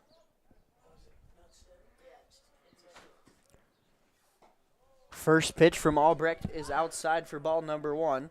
Thompson's going to jog down to the mound to have a word. Marcus Chandler, a leadoff double. Nikolai French strikes out, and now Jack Scholes into the box. Flew out to the shortstop back in the second inning and struck out swinging in the 4th. Albrecht here in his first inning of work has a 1-0 count to Jack Scholes. The pitch in the dirt, and it's 2-0. 1 out, 1 on for Jack Scholes. Wouldn't it hurt for both teams if he walks? Would get an extra base runner for Westside, but it would also set up the double play for Papio. And Westside very limited on the outs with only 5 left. High school's only 7 innings. Now a 2-1 count with a runner on second. It's Marcus Chandler. 1 out here in the bottom half of the 6th. And now from 2-0 to 2-2, gotta attack whatever you can. 2-2 pitch now from Albrecht to Scholes with Marcus Chandler on second. 1 out. The 2-2 pitch outside for ball number 3. Full count pitch here with 1 out from Albrecht to Scholes coming up. If he's able to reach, it'll be Harry Yeager, the 5-hole hitter, who's had a single and a walk so far tonight. The full count pitch swung on into left field, but it's pulled foul towards the new swimming pool. Hopefully it doesn't land in the construction zone. If anybody hits a home run this season out into left field, it definitely will. But maybe something to be proud about if you're one of the Westside players trying to hit it into the construction site. Albrecht, another full count pitch to Jack Scholes with a runner on second, and it's outside, and Scholes reaches on a walk. Now we got runners on first and second with 1 out. Stepping into the box will be Harry Yeager, who is 1 for 1 tonight with a single back in that really dangerous 5th inning. Ended up being stranded at third. And now you're at the point in the lineup where Westside has 3 straight hits. Two straight players with hits. And Harry Yeager and Trey Savoy, you already have 2 on. Yeager on the first pitch takes it for a ball. Eerily similar to the last inning when Jace Ostermeyer took the mound. Brand new pitcher and in some trouble early. It's runners on first and second. Chandler at second after leadoff double. Yeager in the batter's box now. That one's lined down right field, but just foul. Just out of play over the fence. Chandler at second. Over at first is Jack Scholes after a walk. Jaeger looks to get things going with 1 ball, 1 strike, and 1 out here in the bottom of the 6th.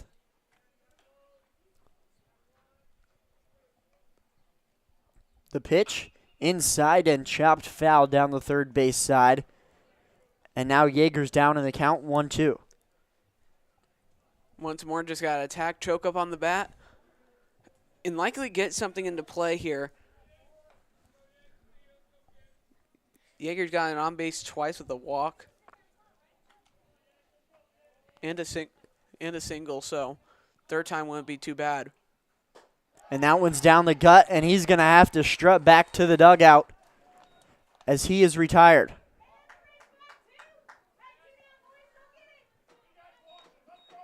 Now it'll be crunch time for Trey Savoy.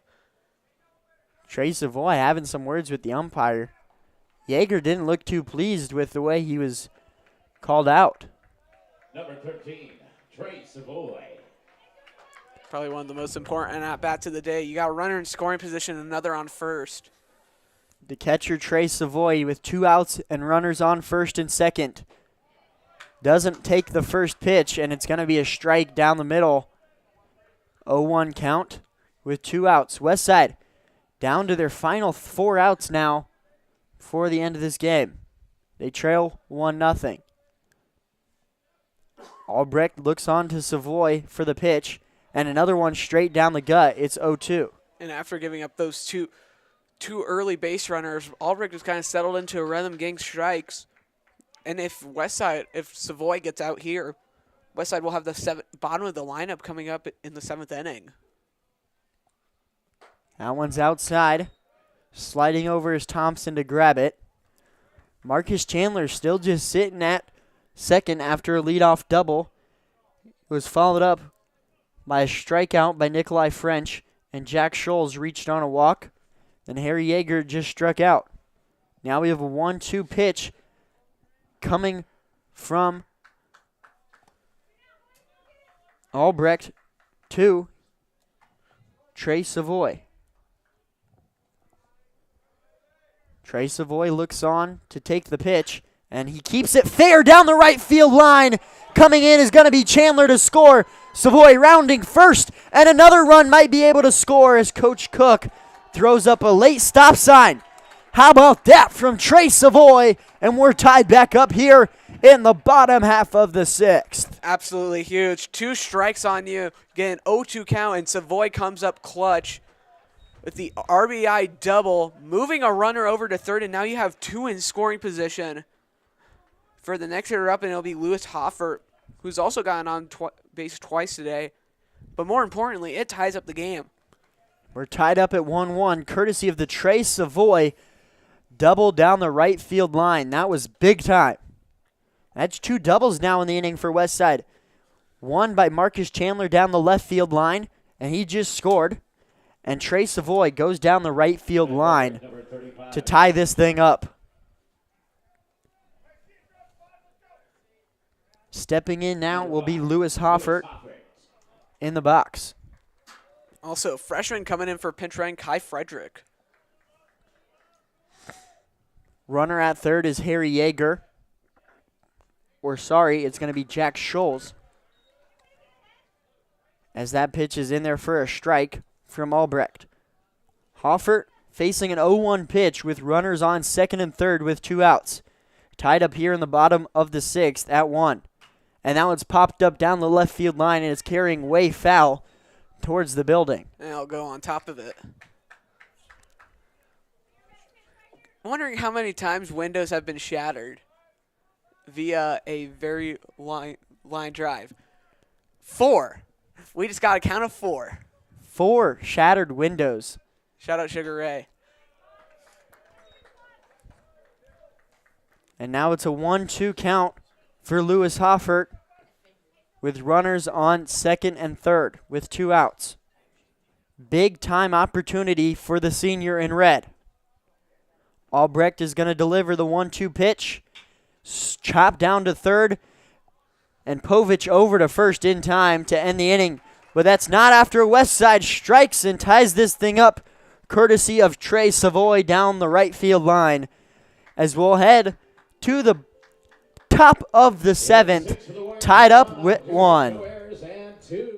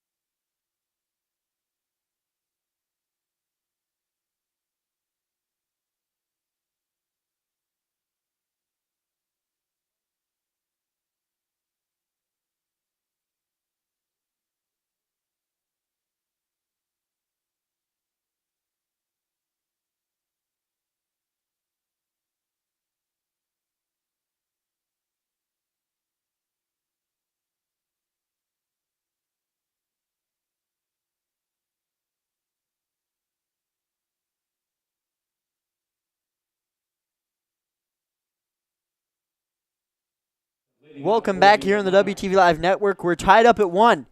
Into the top of the 7th we are now. Jackson Povich, Trevor Antoniak, and Dylan Worley due up for the Monarchs. 1-1, Charlie Maskey comes in, gets Westside out of some big-time opportunities, and this one's going to be into the left center gap. Going over is Everode, and the center fielder, Jack Scholes, flies over for the catch and out number 1. Big first out, especially after that last inning where they did give up a run. We had only 5 batters actually hit by pitch and 2 walks. And a stolen base by Isaac Pamaran, and then a wild pitch 2 stolen bases to bring him in. Pitch. And a near third stolen one by Ryan Thomas. He was gunned down at third. It's Jackson Povich against Charlie Maskey here in the top of the 7th with 1 out. Maskey's pitch down the gut for strike number 1. Count evens out at 1 ball, 1 strike.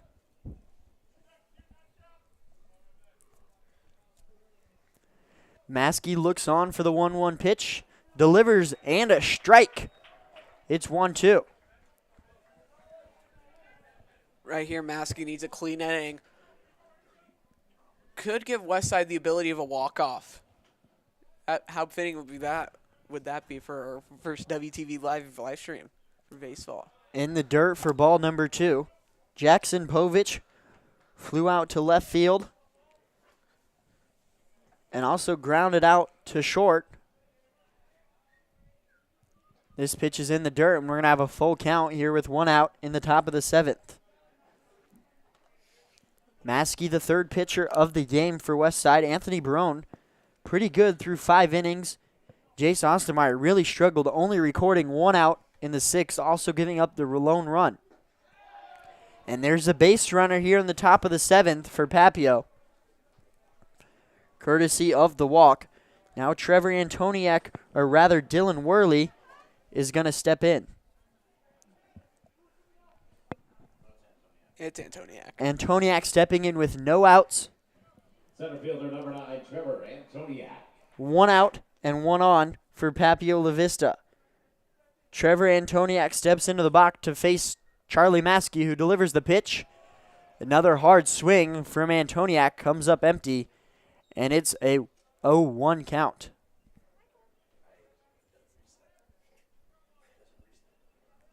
Antoniak didn't get really many opportunities as well last year. Only 5 plate appearances. Another swing and a miss, and we're 0-2.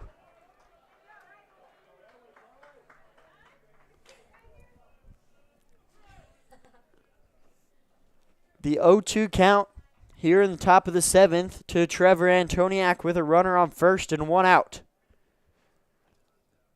And we get a throw back to first. Antoniak, the 8-hole hitter. Worley in the on-deck circle. The lefty, Trevor Antoniak, who takes for a ball. They count now 1-2. Toniak trying to make something. 2 strikeouts already on the day. He's 0 for 2. But he would be a hero coming up clutch here with the runner on first.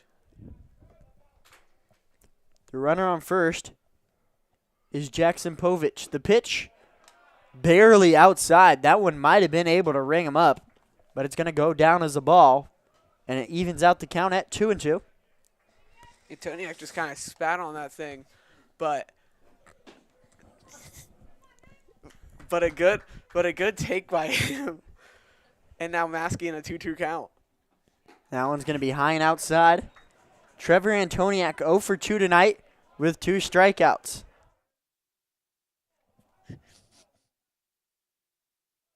Maskey on the mound looking onto Antoniak. A full count pitch coming up.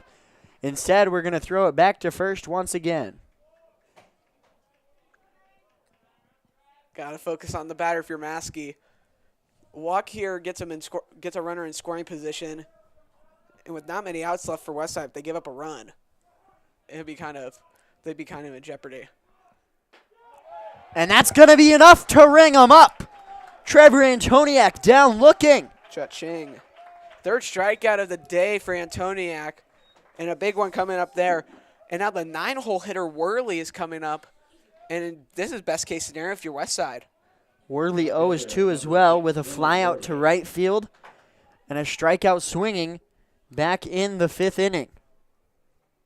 And he starts off with a chopper down the left field line and foul.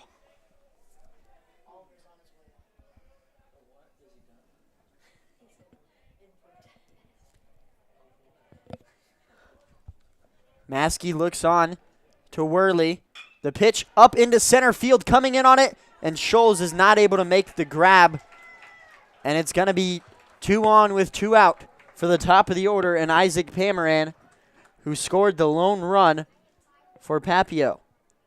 Pamaran is 2 for 3 tonight. Best player if you're Papio here. Coach Timmons will come out and talk to Charlie Maskey, but if you're him right now, if you're Maskey, what do you think right now? I mean, you got one more out to get here. You got the top of the order. Isaac Pamaran been really dangerous. This is also the first look Pamaran is going to have at Maskey. That is true, but if you're Pamaran, just stick in the box. He is 1 of 3 today. He is 1 of 2, excuse me. Had a single in the 3rd, popped down in the 1st, and scored the only Papio run via hit by pitch. Got the 1st, stole 2nd and 3rd, and got home on a wild pitch. So he's been doing it with his legs. Now the big-time yellow shoe guy, Isaac Pamaran, stepping in. Little banana ball cleats. He's huge for this Papio athletics in general. He's the leading receiver on the football team with his bright yellow cleats and bright yellow gloves on the football field. Now here he is on the diamond with his bright yellow cleats with a chance to give the Monarchs the lead. Takes first pitch, a strike, a big hack, comes up empty, and he's down 0-1 with 2 outs. Maskey, after the mound visit, getting ready to dial in. Beautiful first pitch strike. Can't draw it up much better, except you need to get 2 more strikes, get it out of the inning, and hope your offense can get that final run. Pitch from Maskey. This one's hit high down the right field line. It's floating towards the fence, and it's going to be out of play. Trying to chase it down is the new right fielder for Westside, Jacob Schleifer.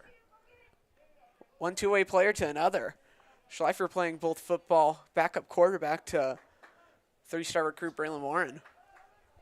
And now down in the count, Isaac Pamaran 0-2 to Charlie Maskey.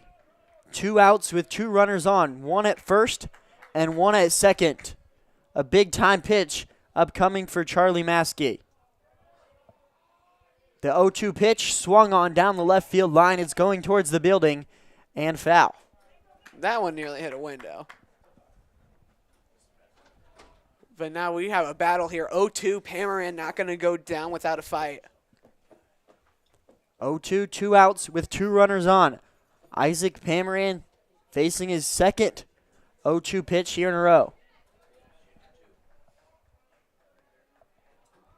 Maskey gets ready to throw the pitch to Pamaran, and it's swung straight up the middle. Hosey with the grab in the top of the 7th. Westside holds the Monarchs scoreless, and they'll head to the bottom of the 7th with a chance to walk it off.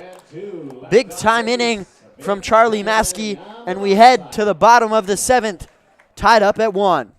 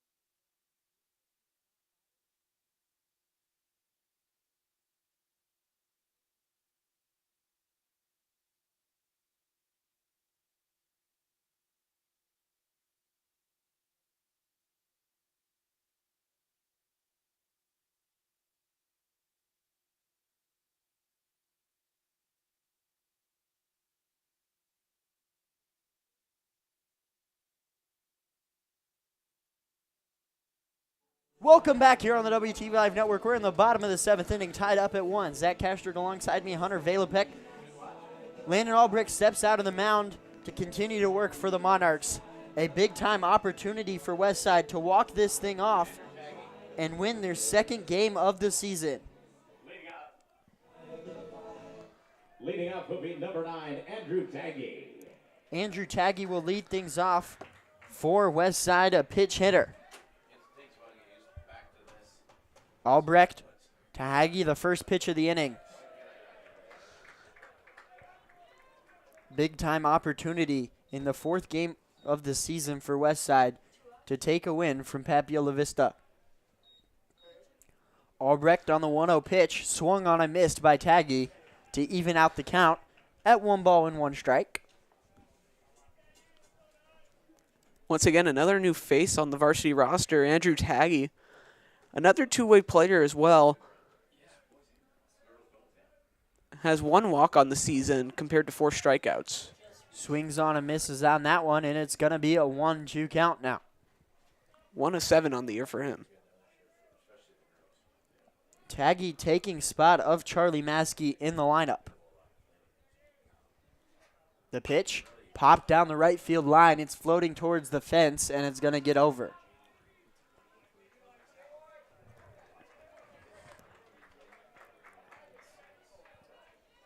At this point in the game, why not?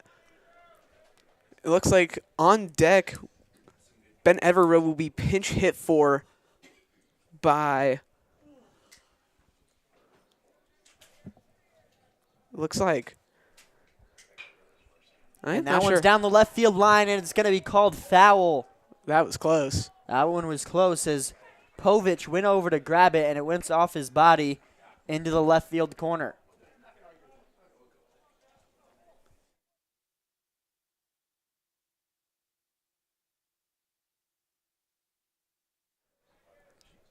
Albrecht getting ready to deliver the 1-2 pitch to Andrew Taggy.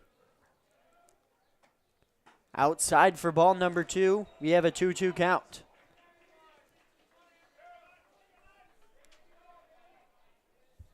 Taggy looks on for a chance to be a hero here in the bottom of the 7th for the Warriors. That one's in the dirt. Good take from Taggy, And we have a full count. Once again, a good pitch by Albrecht.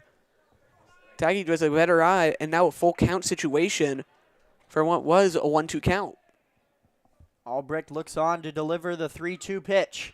Swung on towards chopper towards third. Povich comes up with it. The throw to first in time.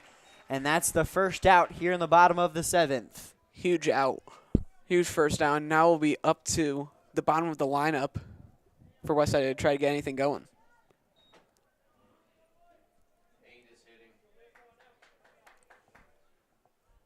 Albrecht still working for Papio here so far. Been good in relief. Pitch hitting number 8, Liam Cronican. Cronican. Liam Cronican with his pinch hit at bat. 0 of 8 for him on the season. Still without a hit, but it'd be a good time to get his first one of the season. Cronican takes first pitch swinging up into the net for strike 1. In the on-deck circle is the top of the order for Westside and Braden Hosey. If Cronican can reach and turn the lineup over, it'd be a big opportunity for Westside. The pitch from Albrecht in on the hand, swung on and chopped back into the net. And quickly down on the count, 0-2 is Cronican. Big opportunity for Cronican, but still down 0-2 in the count. Count with 1 out. Needs something to go his way here. Cronican swings and misses for out number 1 in the inning. Albrecht now has 2 outs here in the bottom half of the 7th inning. And a potential chance to go to extras if Hosey can't keep the game alive. Braden Hosey struck out back in the 5th. Had a single in the 4th and flew out to right field in the 1st.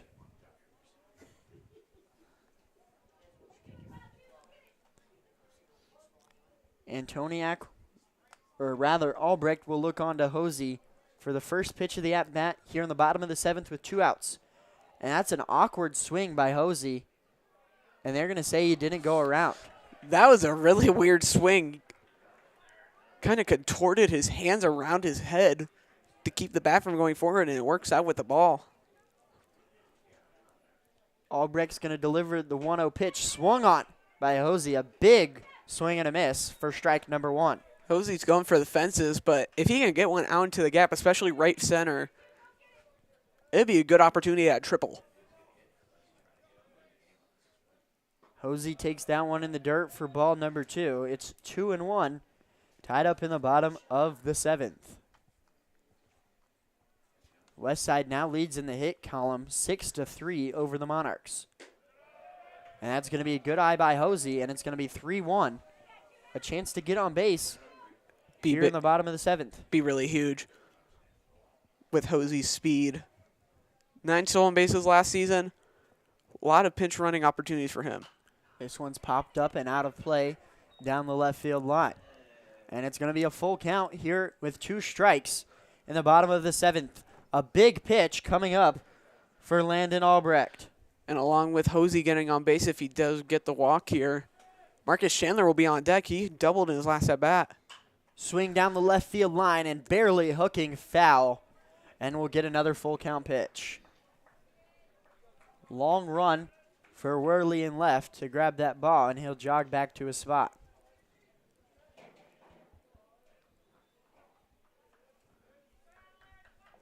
Three-two, 2 outs. Another full count pitch from Albrecht to Hosey.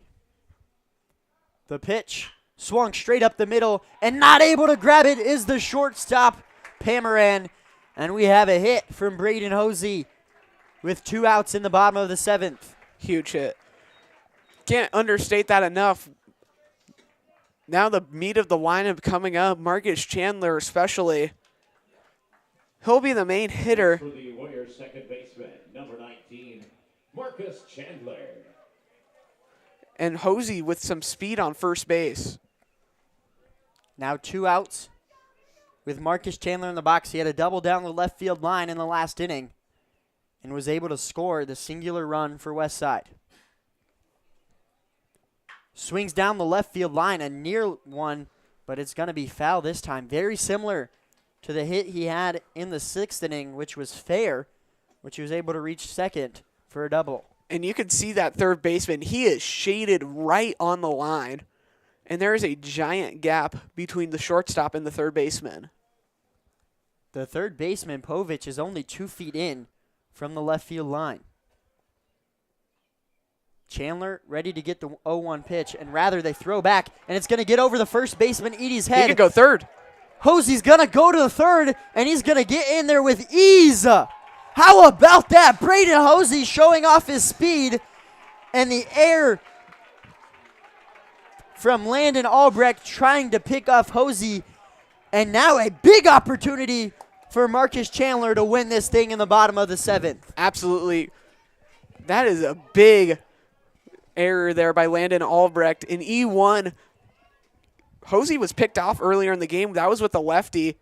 But now an 0-1 count for Chandler. If he can get one into play and beat it out, we can walk it off. Also, a wild pitch would do the job too.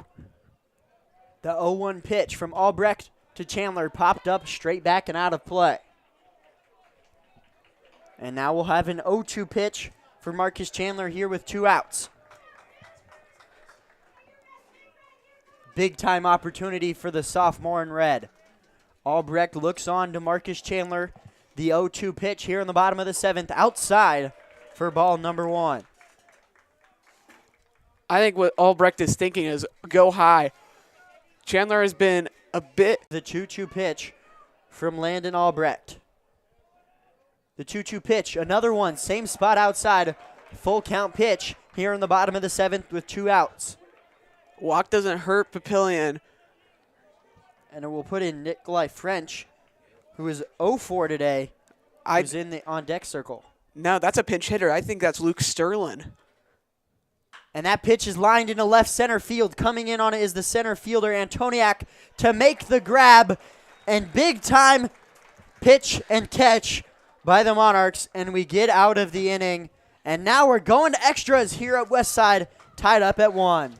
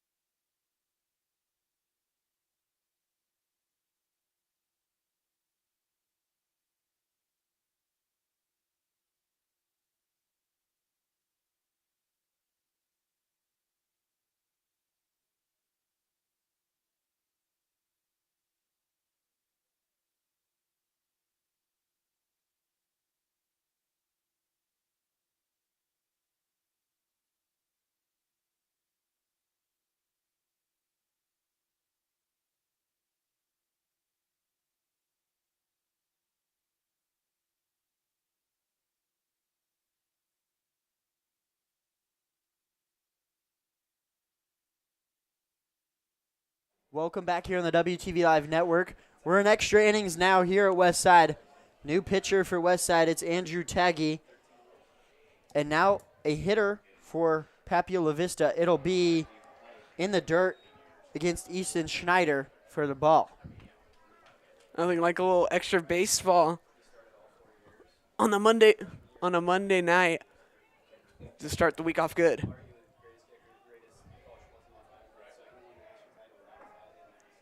The pitch just barely outside for ball number 2. Easton Schneider is 0 for 3 tonight so far. He takes the 2-0 pitch. That one's going to catch the corner for strike number 1.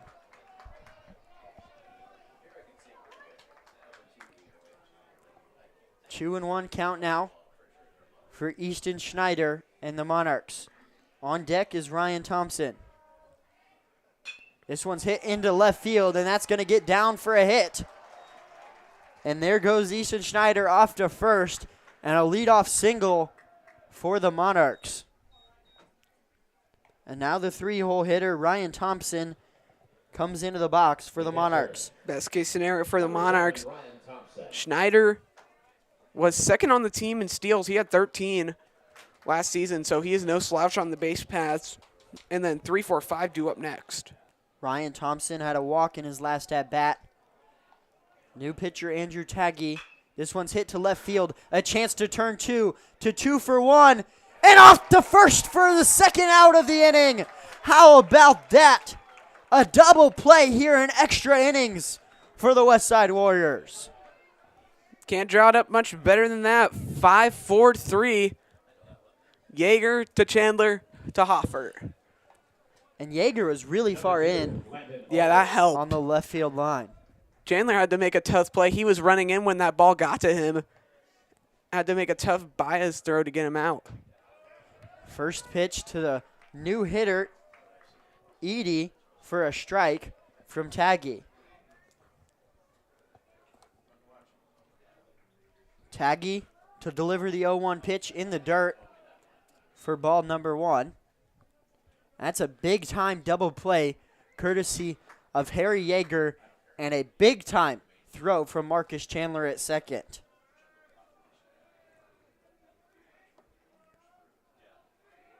Taggy getting delivered to deliver the pitch to Edie. Catches the outside corner for strike number 2. Here with 2 outs in extra innings, the top of the 8th inning. Taggy to deliver the pitch to Evan Edie. This one's hit straight to Chandler and over his glove at second. And that's going to be a hit for Evan Edie. And Chandler looked like he might have had a chance to make that play. It just bounced over his glove, and he smacked the field in frustration. Yeah, near great play by Chandler. Just got over his glove on a tough hop. And I think for someone at Marcus Chandler's skill level, that's something a play he wants to make. It won't go down as an error, but it was definitely a chance for Chandler to end the inning right there. And now the what-ifs continue for Papio. 2 hits in 1 inning, but that double play really killed their momentum. It's Landon Albrecht, who is actually the pitcher right now for the Monarchs, if they choose to stick with him. Facing an 0-1 pitch from Andrew Taggy. This one's popped up down the left field line. Yeager's going to chase it, but it's going to go way out of play. And another one on the building.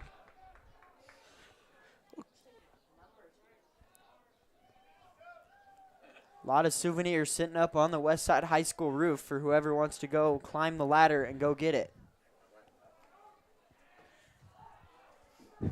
The pitch from Taggy and a good stop by Trey Savoy behind the dish to keep the runner from moving up.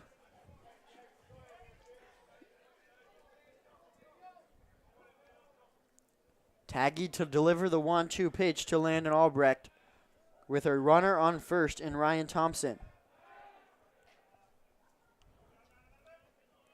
Edie gets back in time as they chase him back to first. Another 1-2 pitch upcoming to Landon Albrecht from Andrew Taggy. The pitch high and inside, and we have a 2-2 count.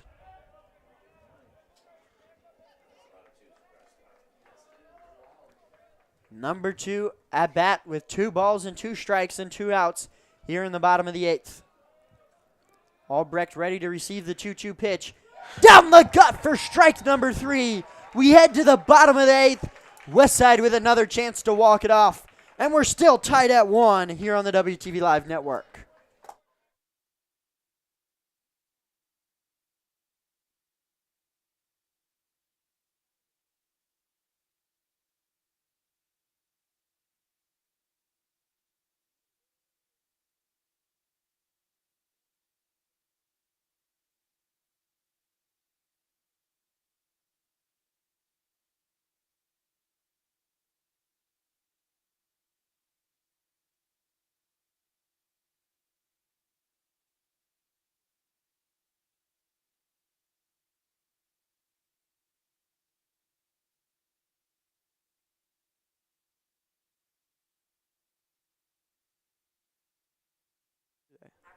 The 0-1 pitch from Albrecht to Scholes, or rather Yeager, is outside for a strike, and it's 1-1 with 2 outs.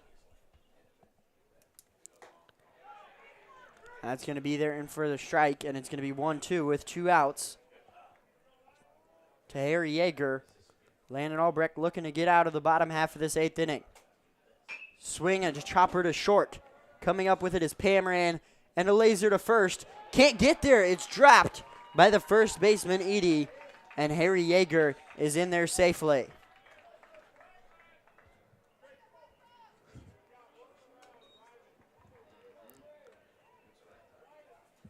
Just a little short hopper by Harry Yeager and a tough play for the shortstop, Pamaran. It was a bit of a low throw, and the first baseman, Edie, couldn't scoop it out.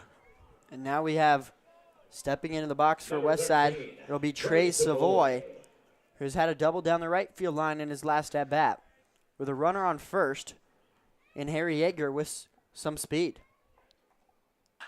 Trey Savoy down the left field line, hooking foul, and it's going to drop in the corner. Chasing it was Worley. He nearly got there, but that was in the deep left field corner. That was a long ball. That one probably went about 330 feet and takes about 340 to get out of here. And that would have sent us home. Trey Savoy now, after a long foul ball, facing an 0-1 pitch from Landon Albrecht. Swings on this one, goes straight to second, and he's going to take it himself. Schneider does, and that's the bottom half of the 8th inning. We'll head to the 9th, still tied at 1 here on the WTV Live Network.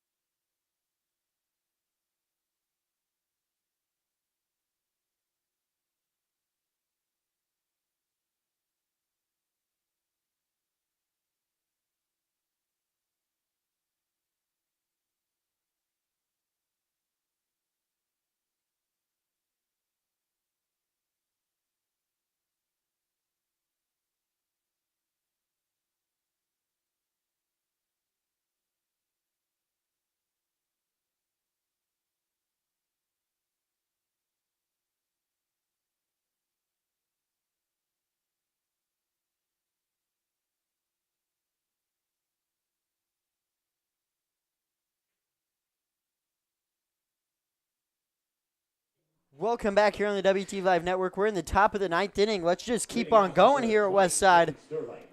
And it's going to be the same pitch for Westside. Andrew Taggy stepping in for Papio is going to be Caden Sterling, who chops it down the right field line. Taggy's going to take it and just tag him out on the base path. And that's a quick first out for Westside. And now stepping in for Papio is Jackson Povich, Third baseman number 5. who got on base via walk his last time up. Gonna play ourselves a full professional game of 9 innings. Now here's where I like the rule that MLB and AAA uses, the ghost runner on second base. Extra innings, they start with the runner on second. That usually scores around 60% of the time. Taggy to deliver the pitch to Povich. Just a little bit inside for ball number 1.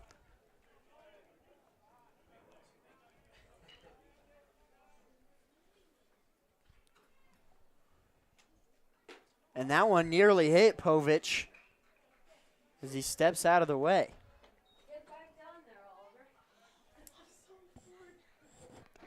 Taggy to deliver the pitch to Povich. The 2-0. Inside for a strike. That one looked like it might have been inside.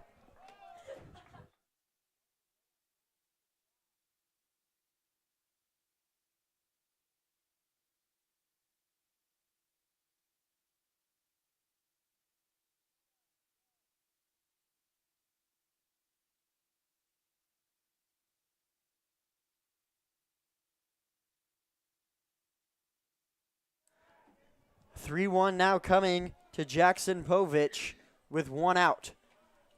Taggy steps up and delivers the 3-1. Straight to Harry Yeager at third. He's got all the time in the world. Off to first in time for out number 2 here in the top of the 9th. 2 quick outs in Westside with a good opportunity to go to the bottom half of the 9th. They will have their bottom 3 hitters, though. But it's been more of a platoon pinch hitting scenario for Westside.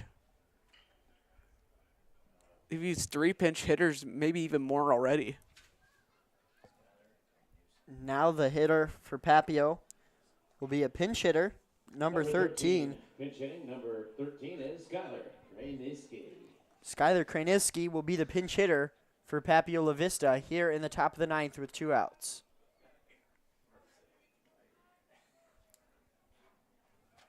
Taggy getting ready to deliver the first pitch of the at-bat. The 0-0 is in the dirt for ball number 1. Kraniski with his first at-bat of the game.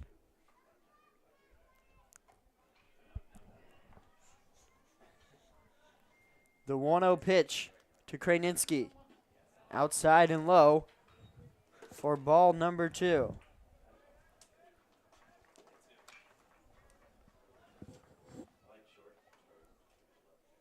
The 2-0 from Taggy. Outside ball number 3. Kraniski is way ahead in the count.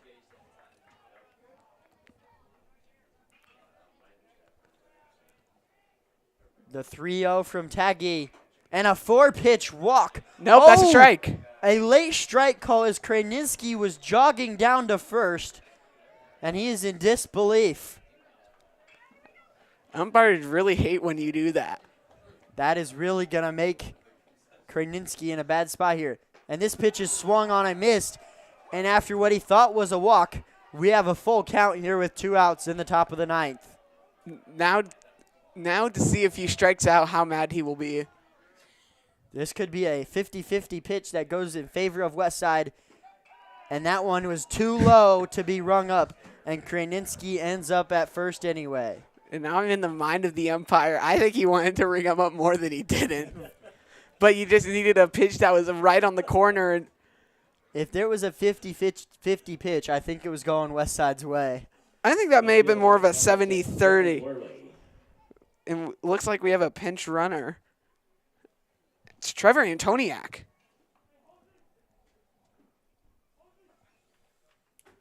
Who pinch hit? Who was the one who was pinch hit for? Odd move. And now stepping into the box at the bottom of the order, Dylan Worley, the 9-hole hitter who reached on a single in his last at-bat. I'm going to say this. I feel bad for the JV guys after the game. They are going to be playing late into the night on a school night.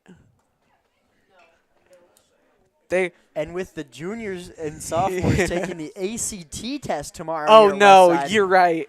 they are going to be I'm screwed. taking the ACT test on a short sleep.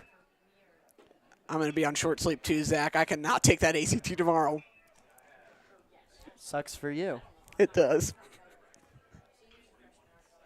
I got to lock in, though. I got to hit the books. The pitch from Taggy outside or inside. They're going to call that one a strike.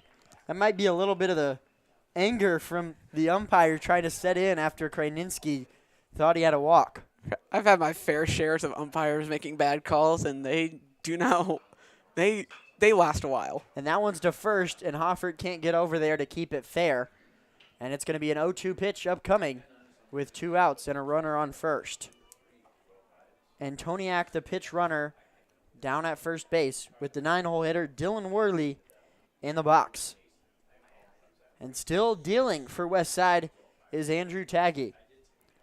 And there is warming up going down the left field line in the Westside bullpen. It's going to be a lot. This game goes on.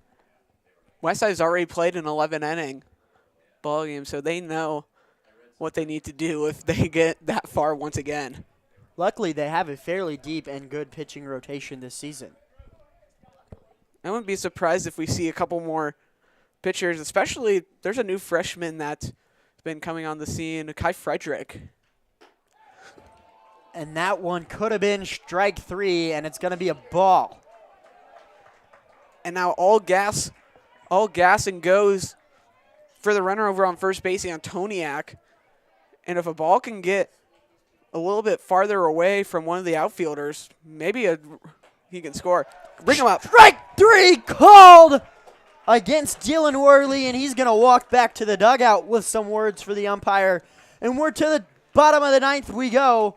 Still tied at 1 here at Westside on the WTV Live Network. No runs.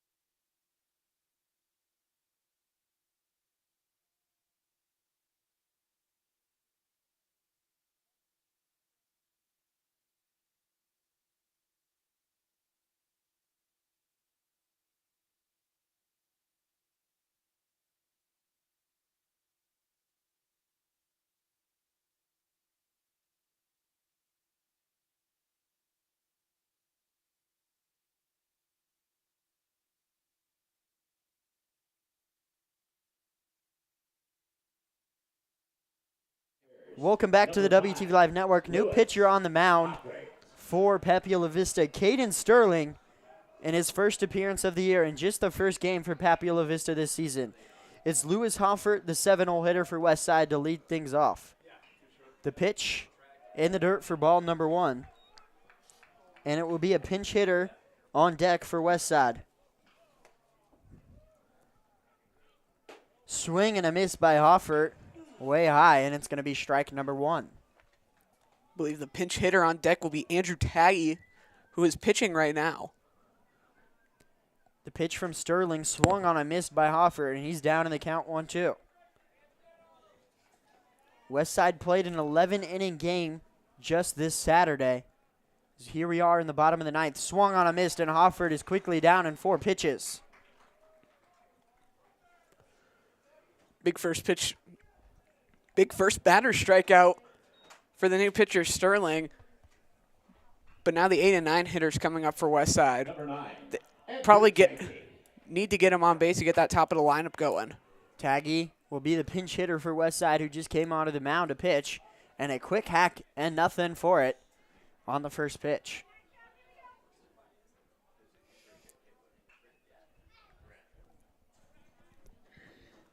The pitch, a ball for ball number 1. Count is 1-1.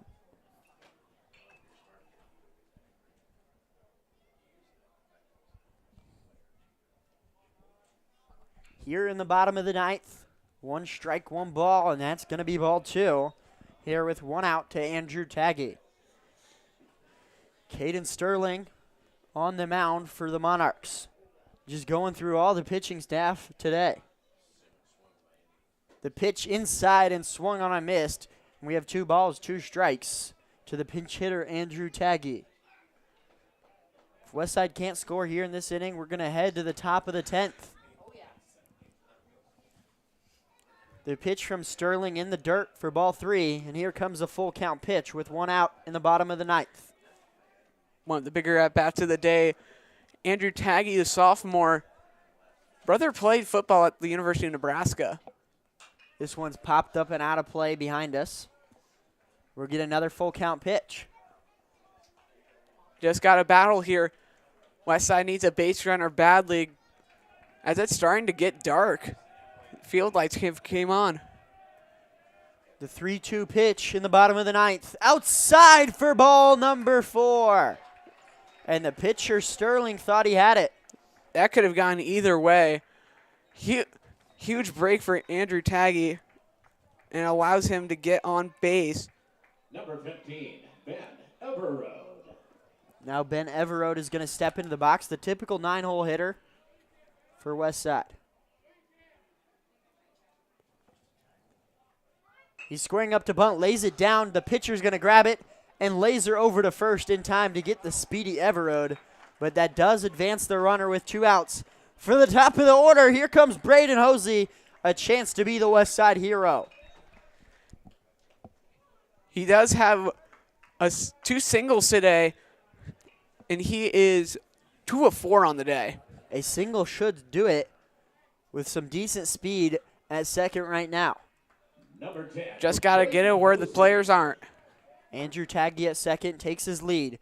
The top of the order, Braden Hosey stepping into the box to face Caden Sterling.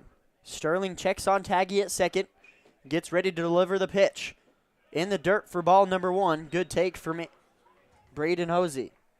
And it's not good either if Hosey gets on base.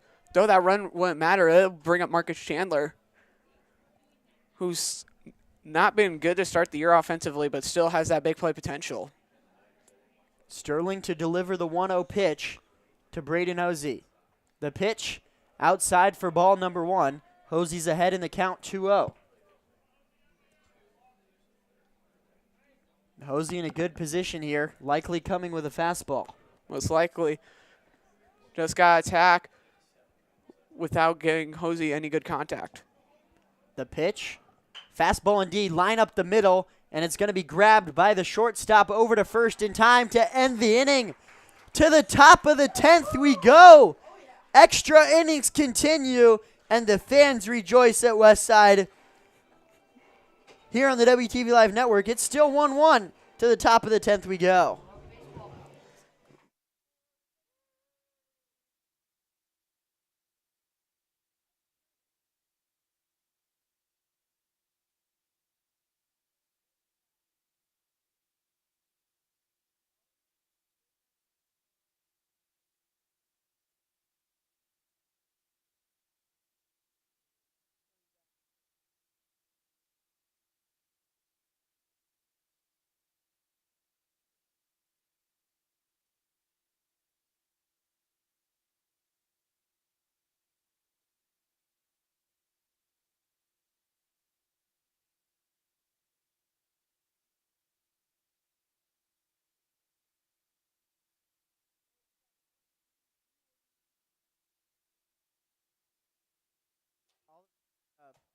Loki, should we send Ross down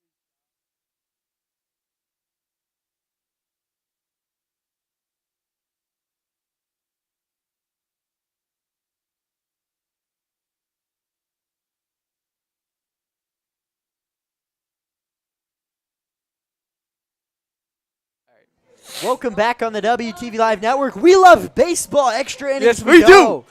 It's going to be the top of the 10th here at Westside High School. Papio-La Vista and Omaha Westside tied at 1. Still on the mound is Andrew Taggy for the Westside Warriors. And now the leadoff hitter, Andrew Taggy, stepping in the box. Isaac Pamaran takes first pitch for a strike. Do you know?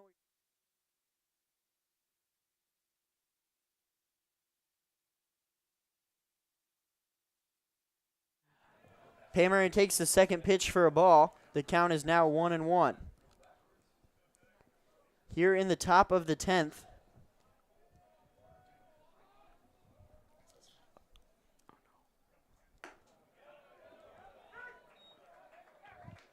Great pitch by Taggy, now up 1-2 in the count.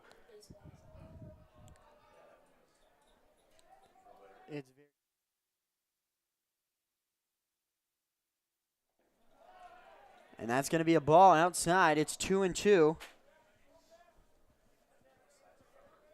for Isaac Pamaran in the box. 2-2 with no outs here in the top of the 10th. That one's fouled straight in the net. A line drive that scared some fans. So we just continue to roll on here at Westside. We're in the top of the 10th.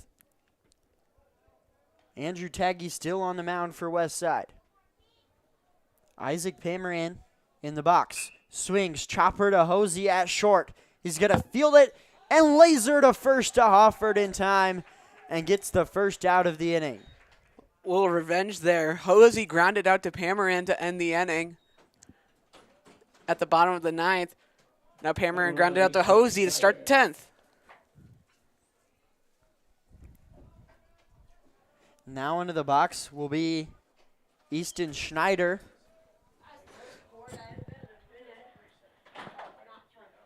Schneider takes first pitch for a strike. It's 0-1 here in the top of the 10th.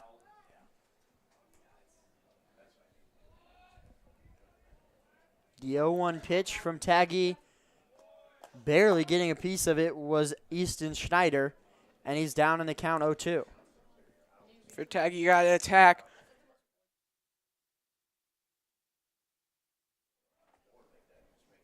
We're at top 1.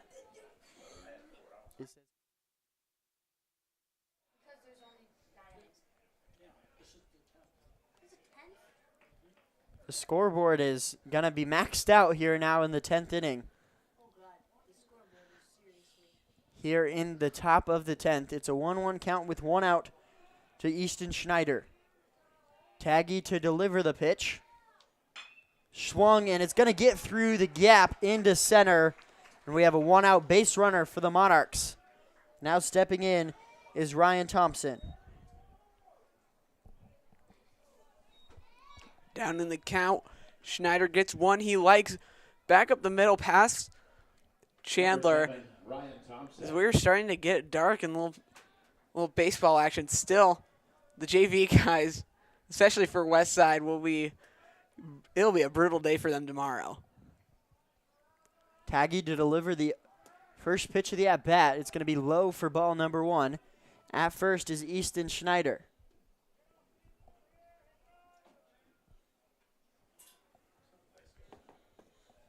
1-0 count here with 1 out, a runner on first. And Easton Schneider, Ryan Thompson in the box. And they're going to throw back to keep an eye out for Easton Schneider at first.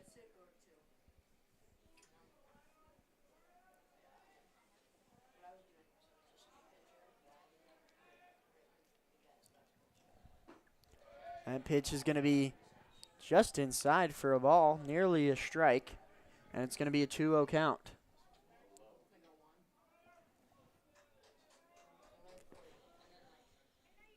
Top of the 10th, the baseball game continues to roll on. In the box, Ryan Thompson. It's going to be hit straight to Yeager at third. He's going to throw to Chandler for one. Off to Hoffer, and he can't pick it for the double play. That would have been really nice. And they're going to reward Thompson second base. Went out of play.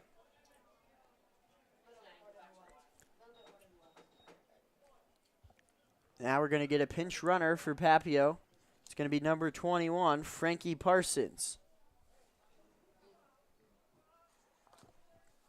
And staying in the lineup will be the cleanup hitter, Evan Eady, to deliver in the box. And Coach Kevin Cook is going to come out to get an explanation from the umpires on why they rewarded the runner second base.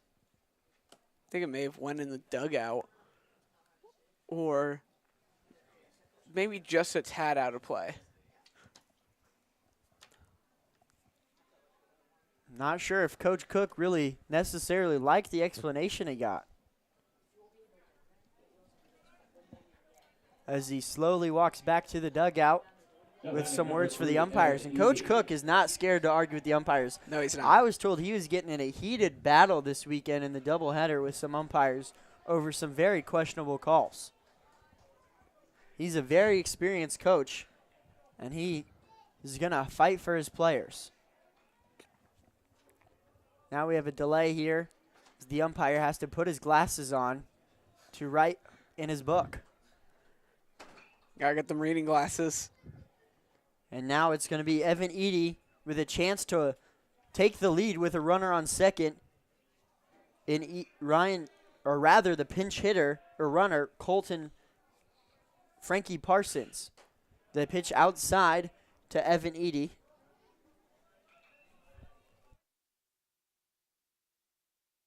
The 1-0 pitch to Evan Eady. Here with 2 outs, a runner on second.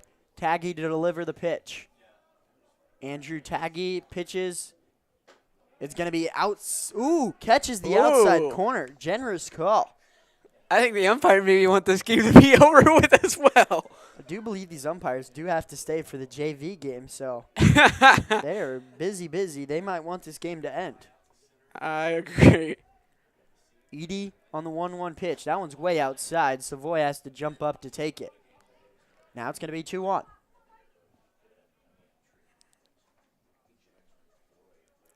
On deck for Papio will be Landon Albrecht, the DH, who's also been pitching. Done a really good job in relief. Both of these pitchers have. Eating up long chunks. Yeah, how about the pitching tonight, Hunter? Jace Ostermeyer gives up the lone run for Westside and just only able to record a third inning. Westside were able to do some damage in that bottom half of the 6th inning. I just want to go back to in the 5th inning. They had the bases loaded, no outs, with the game still 0-0. Could have gotten runs there, but as that one swung on a miss, we'll have a full count. Back to what you're saying, Brett Holscher got out of that bases loaded, no out jam to keep the game he struck out the scoreless. side after that, after he got the bases loaded. So props to him keeping this one tied, but also the huge 2-out hit by Trey Savoy that did tie this game in the 6th inning. A 3-2 pitch coming with 2 outs here in the 10th. A chopper towards first and foul. First base coach has to field it. And we're going to give him an error. He dropped that one, Hunter. At this point, we can give anybody an error. 3-2 upcoming once again from Taggy to Albrecht with a runner on second and Frankie Parsons. The full count pitch from Taggy to Albrecht. Barely getting a piece of it to stay alive is Albrecht. And we'll do it all over again, Hunter. I do want to ask you this, Zach, before this next pitch. We talked about it earlier, some of the baseball foul balls going on top of the roof. How many baseballs do you think the game goes through at home, especially this long of a game that could go 10 innings? I know they reuse baseballs and stuff like that, but just a question. The 3-2 pitch. Little bit high. Savoy liked the pitch, and the fans do not. Borderline strike, but it's going to go in favor of the Monarchs. And now we have first and second for the new hitter, Landon Albrecht, rather. And now we're going to get the pitching coach to take a visit to Andrew Taggy. Here with 2 outs and runners on first and second. Hunter, what's going through your mind here if you're Andrew Taggy? Gotta get this out. Gotta get this out. Nothing more than that. You have 2 outs. Trust your fielders and throw strikes. They gotta earn their runs.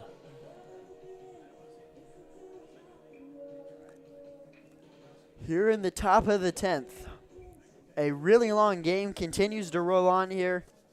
We are 2 hours and 45 minutes into what is a normal 7-inning ball game. Here we are in the 10th. In the 10th inning. Westside, if they go to 11 innings, this would be half of their games would go 11 innings. Westside in their 4th game, they're at 1-2. Papio-La Vista, this is their first game of the year, and here they are in 10th innings already. That's one way to start your pitching staff off. And here is Landon Albrecht with a chance to be the Monarch hero for Papio-La Vista. 2 outs, 2 on, a runner on first and second. Taggy to deliver the pitch to Albrecht. Checks on the runner and delivers. Chopper down the third base side and way foul. Might have to charge Maskey over there with an error. He's in the dugout. We'll give him a pass. No passes at this juncture of the game.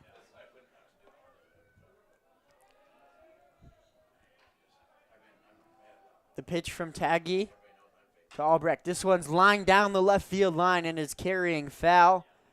Giving chase was the left fielder, Everode, but he's not able to get it as it goes over the fence.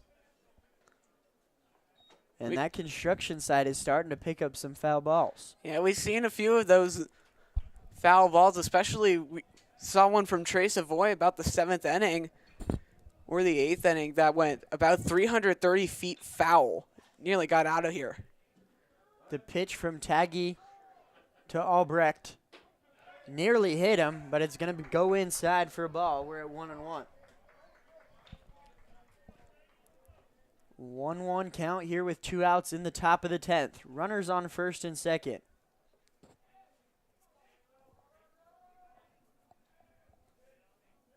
The 1-2 pitch. Outside, and the runners are going to be able to advance as it gets past Savoy. And here we go. Runners on second and third with 2 outs. Landon Albrecht with a chance to be the hero.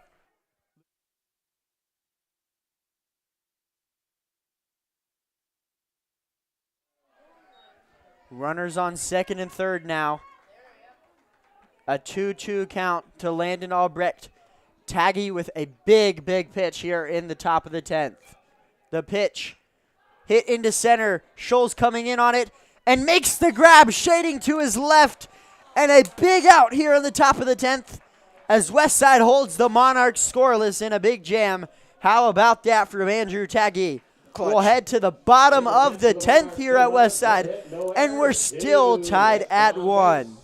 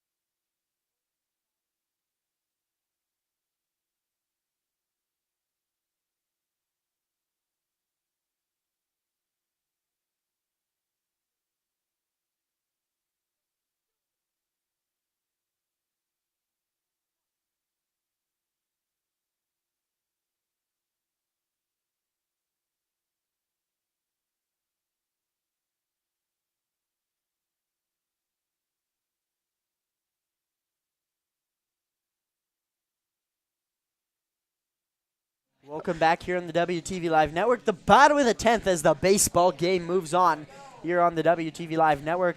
It's going to be the Stars sophomore, Marcus Chandler, to step into the box. And Marcus does have the power to end this thing in one swing. He's got some home runs under his belt. Hasn't hit one in his high school career, though. A big field here at Westside, 360 straightaway center with a tall fence as well. But if he can crush one to left field, the wall's shorter, and it's a shorter distance, could have a shot to get out of here. The pitch is hit straight to second. Grabbing that one is going to be Schneider. The toss to first is barely in time to retire Chandler, and that's a quick first out for the Monarchs. First ever Westside baseball game I went to. Westside won it on a walk-off home run. I believe it was Jackson Yeager who got the home run. Nearly hit the scoreboard out in left center. And how about that? Jackson Yeager's little brother is going to be hitting if one of these two hitters between Nikolai French and Jack Scholes can reach. I believe it's Luke Starlin who's up. Yeah, Luke Starlin in for his second pitch hit of the game, as Nikolai French has been pulled to the dugout after he went 0-4 today. 0 for 3. We've seen a little bit of everyone from both teams. And here's Starlin quickly down in the count, 0-2. In the bottom half of the 10th inning, Westside with a chance to win it here, but they've had a lot of those. It's going to be Luke Starlin in the box, facing Caden Sterling. Swing on a miss and a 3-pitch strikeout, and Caden Sterling is making quick work of the Warriors here in the bottom of the 10th. And Jack Scholes now steps into the box, and you just mentioned Jackson Yeager walk-off home run. Little brother Harry on deck. Number 3. How fitting would that be with my little fun facts? If Harry Yeager can maybe put one in the gap if Jack Scholes get on. It's going to be right at the belt for strike number 1. And Jack Scholes is down on the count 0-1. Jack Scholes with a decent day. He's reached on a walk, but otherwise he's 0 for 3.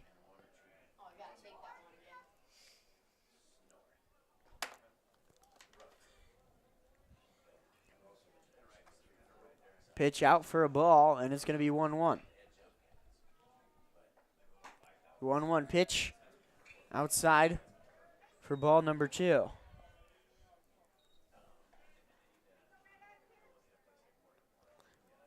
The 2-1 pitch coming from Sterling to the Warriors Scholes. Low and outside for ball number 3. And Scholes has a chance to reach to send Harry Yeager to the batter's box. Scholes with the 3-1 pitch coming from Sterling. Swung on and hit way up and out of play, over the backup net even. And it's going to be 3-2. If Scholes does get on base, 14 stolen bases last season, second on the team. So he's got some speed, especially with playing center field as well. He split time with Charlie Henningsen last year. The pitch from Sterling, the full count pitch. This one's hit into right center. And is it going to get down? It will for a single. Jack Scholes is pushing 2. Is he going to get there? He does with plenty of time. How about that? Jack Scholes stretching double here in the bottom half of the 10th inning with 1 out. And here comes Harry Yeager with a chance to win it for the Westside Warriors. And how about this? Harry Yeager has a chance to win it in the bottom half of the 10th. Last time he was pitching here on the WTV Live Network, complete 7-inning game. He just really must like the bright lights of being on TV. That's true. And I mean, there's no better time than do it than right now. Harry Yeager stepping into the box with 1 out and a runner on second with a speedy Jack Scholes. Third baseman playing really close to the line. This one's a chopper back to the pitcher, and Sterling's just going to toss it over. And Scholes nearly turned third hard. And that's going to end the inning here in the bottom of the 10th. A chance for Westside goes a dry, and we'll head to the top of the 11th here on the WTV Live Network.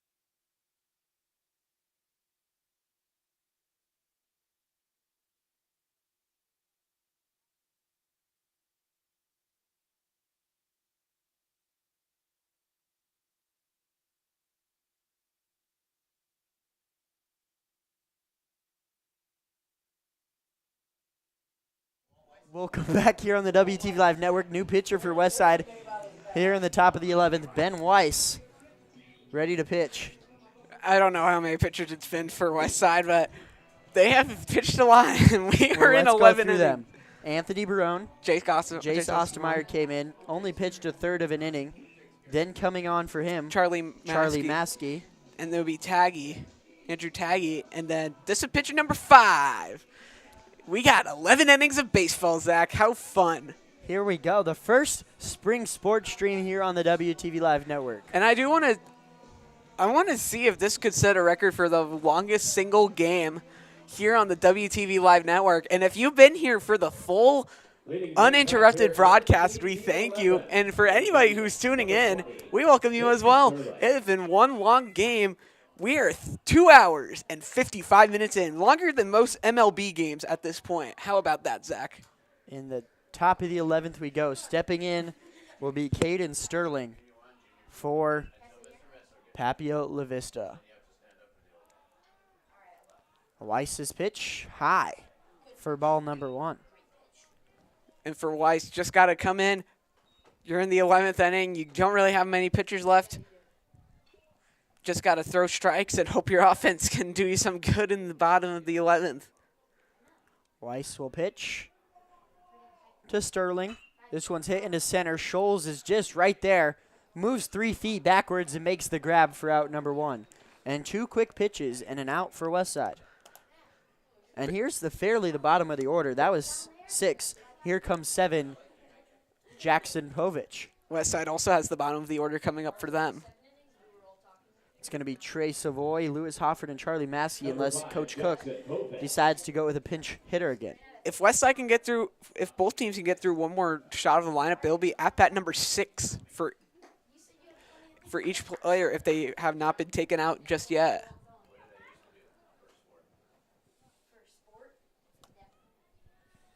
Weiss to pitch to Jackson Povich. No runners on here with 1 out. This one's popped up and way out of play behind us.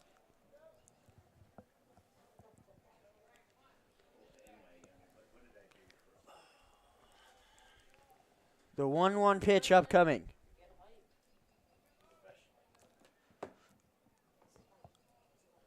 Weiss to Sterling, or rather Povich. High and inside for ball number 2.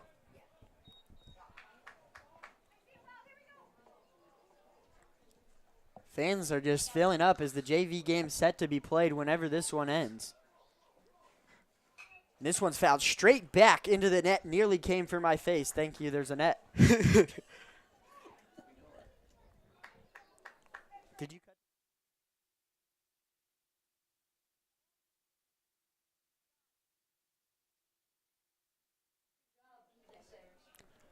The pitch from Weiss, the 2-2. In there for strike 3, 2 outs here in the bottom or the top half of the 11th. And Weiss is doing good work here in the top of the 11th for the Westside Warriors.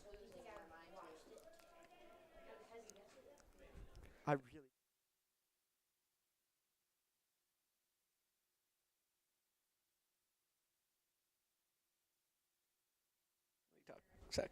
8. That would be strikeout number 8 for Westside. So, good work for them so far. The pitching staff on both teams have been really good. 1 run, 6 hits, 1 error for Papio, and 1 run and 8 hits, no errors for Westside.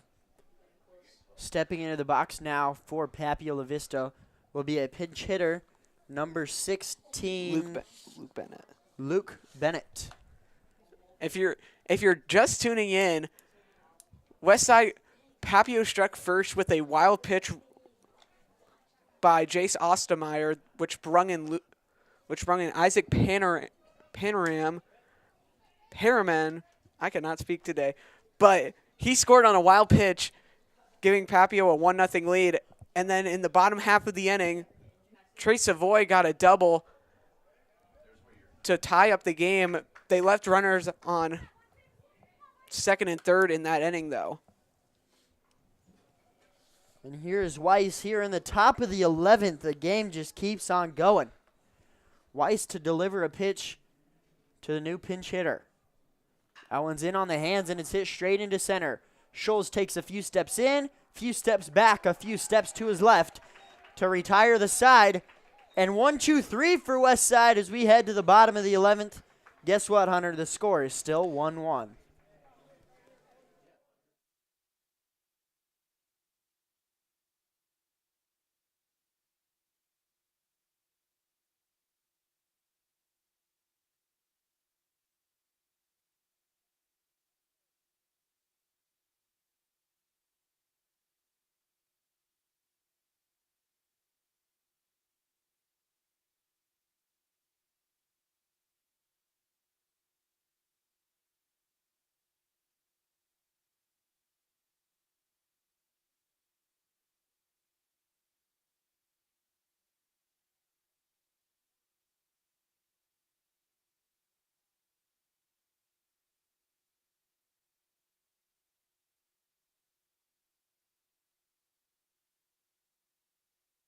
Welcome back here on the WTV Live Network. Zach Castor alongside me, Hunter Valapek. Fun fact time, Hunter. How many bases has Westside left? Westside has left 10 base runners on, which is very, very bad. But they have left a runner on in each consecutive inning since the 4th, including that's incredible. Including the 5th and the 6th where they left to combine. And guess 5 what? base runners on base, including 4 in scoring position. New team, new coach, but same issue. That was an incredibly big issue for Westside last season, leaving runners on base. Especially with runners in scoring position, too. But, hey, opportunity to end it here. Trey Savoy has the power to do it. Takes first pitch in the dirt here in the bottom half of the 11th inning. It's 1-0 now. The same pitcher for Papio-La Vista. It's going to be Caden Sterling as they've been going through the pitchers as well, and this is their first game of the season.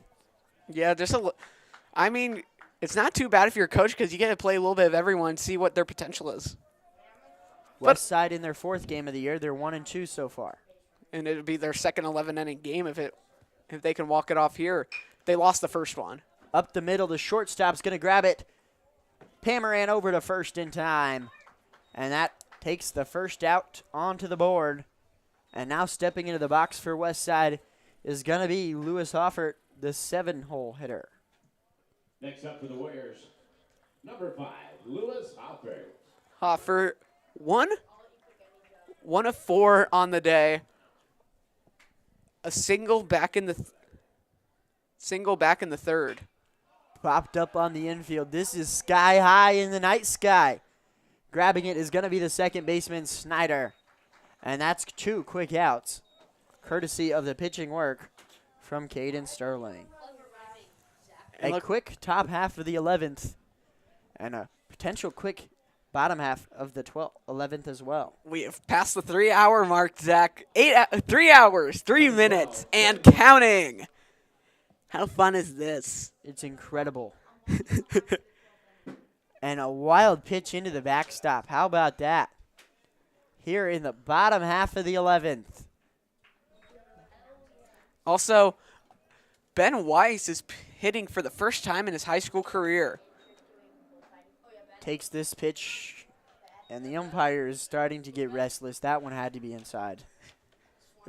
He's been here for 3 hours. And still has a junior varsity game to go.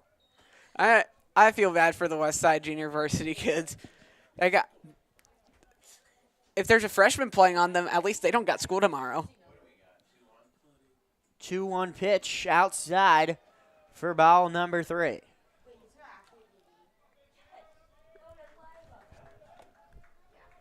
Everyone still remaining in the stands.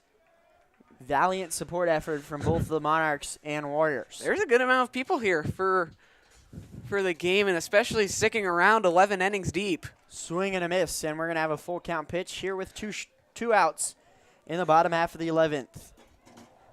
And if Westside can walk this off, they'll be 2-2 with 2 losses by 1 run and 2 wins by a run. This one's fouled off, and we're going to do the full count pitch all over again. This game might go into the next day. We're not going anywhere. We're staying here for the entire length of the game.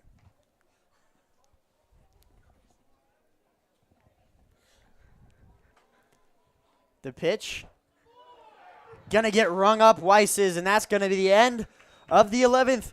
To the top of the 12th we go. It's still 1-1.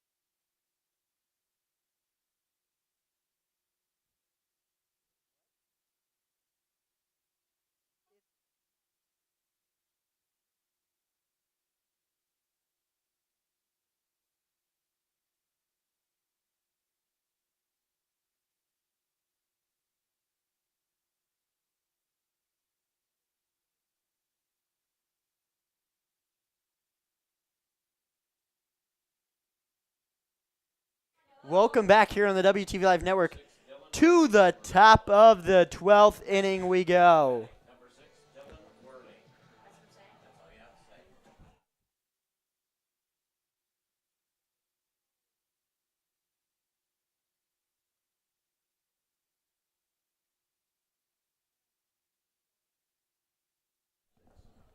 All right, to the 12th inning we go.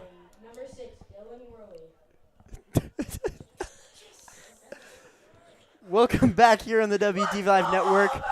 The shenanigans are starting to begin as everyone is restless here in the top of the 12th inning. Still on the mound for Westside is Ben Weiss. Yeager charges the bunt. The throw to first is in time! How about that? Harry Yeager in the top of the 12th making highlight plays. Absolute beautiful job. And especially with our crew being restless, we need to get this game over with. What a play by Harry Yeager. Little 5-3 put out on the bunt too. Tough play by Yeager. Now in the box for Papio is going to be number 14, Isaac Pamaran, who's been the star, scored the only run for the Monarchs so far. Isaac Pamaran in the box, looking to be a hero. Takes first pitch outside for a ball.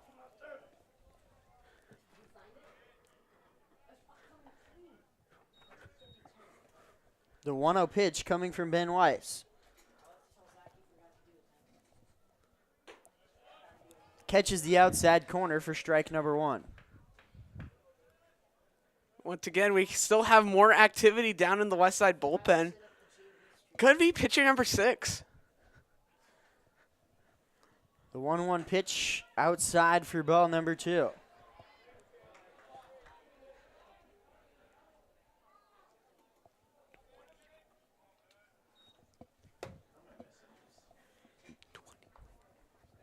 Weiss to deliver the pitch to Pamaran here and 1 out in the top of the 12th.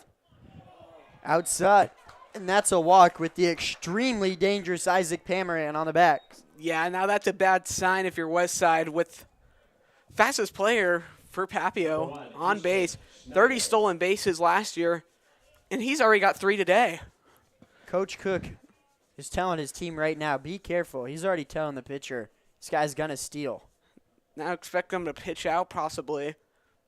Schneider is in the box now, the 2-hole hitter. Weiss to deliver the pitch, taking his time. Delivers a swing and a miss. A big hack and a big whiff. That's about the best thing you can do there. Throw a pitch right down the middle with a little slide step. Pamaran with a decent-sized lead over at first. Weiss is going to check him. Gets set to deliver the pitch. Another check to first. And he's going to step off.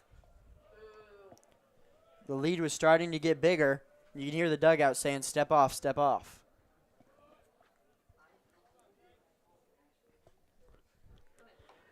Weiss to deliver the pitch. Pamaran fakes it. And it's going to be a strike. And down in the count, Schneider 0-2. Now, what do you do here, Hunter? Usually you have the whole arsenal available in an 0-2 count. But with a speedy Pamaran, do you consider throwing something down low in the dirt? No. You got to throw it high and away, especially with Pamaran. The best pitch to throw out of would-be stealer is high and outside. Basically what pitch out is.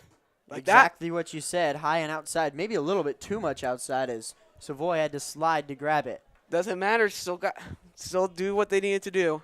It's still a 1-2 count.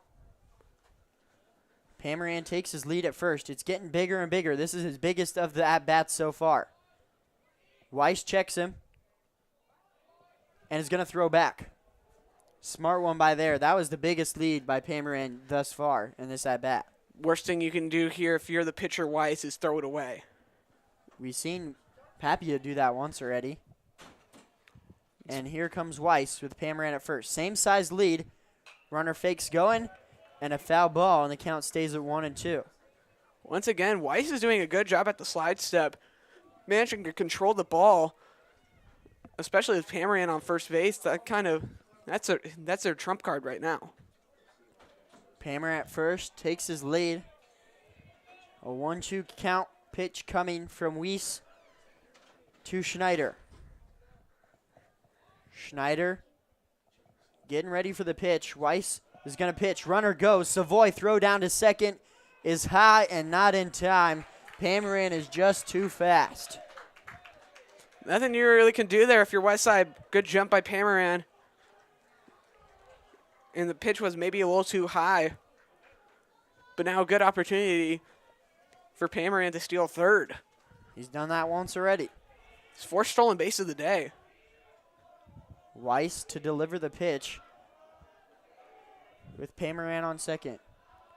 Papio's dugout is getting really loud now. Bouncy Pamaran over at second. And now we're going to have a 3-2 pitch upcoming. 3-2 count with one out. On deck is Ryan Thompson. Schneider to take the full count pitch from Weiss. The pitch, swing on and a miss! 2 down here in the top half of the 12th. Huge. Can't really understate that enough. Now batting number 7, Ryan Thompson. Now Ryan Thompson in the batter's box. He loves to roll up his sleeves, Hunter. He's had him up all game. Gotta show off the muscle. Sun's out, guns out, except now it is not. The sun is not No out. sun out. It was earlier. Thompson now in the batter's box with his speedy Pamaran over at second. 2 down here in the top of the 12th. Nearly hit him as Thompson steps down to avoid the hit. 3 hours and 13 minutes in, Zach. We started this broadcast about 4:50, I would say. It's 8:13 now. Could get a 4-hour game in if this one goes to the 14th. 1-0 pitch coming to Thompson. Pamaran doesn't go. The pitch is outside. Savoy slides over to grab it, and it's a 2-0 count.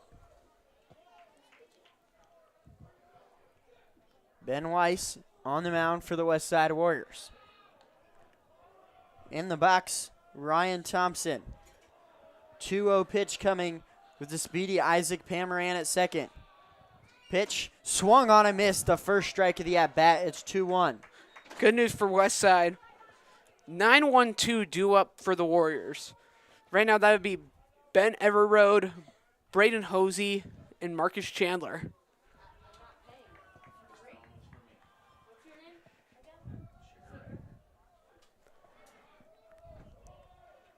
Weiss to deliver the pitch to Thompson. Outside ball 3. It's 3-1. And warming up down on the left field line in the Westside bullpen. How much longer do you give Ben Weiss here? Until he gives up the run or the bases are loaded. A walk doesn't really hurt Westside here and can get the force out. With 2 outs, Ben Weiss to deliver the 3-1 pitch to Ryan Thompson. Pamaran at second. Here comes the 2-1. Fouled back into the net. Evens out the count at 2-2. Pamaran at second. He won't be able to go on the full count with 2 outs, but if Thompson can get a ball into play, he'll likely score Pamaran. Big time pitch upcoming here for Ben Weiss. Gets set. Ready to throw to Thompson. Runner goes high. The throw down to third is high into left field. Coming in to make the throw and bobbling it, and that's not going to be enough. And here we go. Papio has taken the lead in the top of the 12th inning.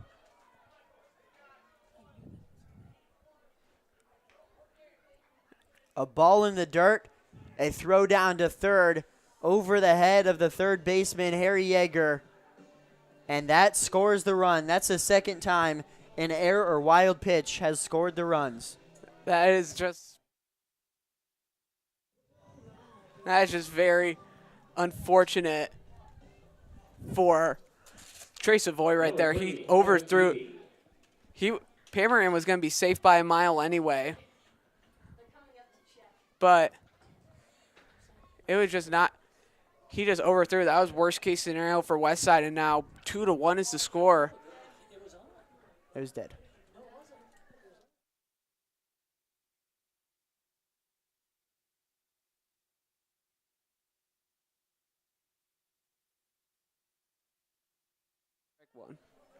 Strike one, as Westside is now trailing. Evan Eady in the batter's box, 2 outs, a runner on first.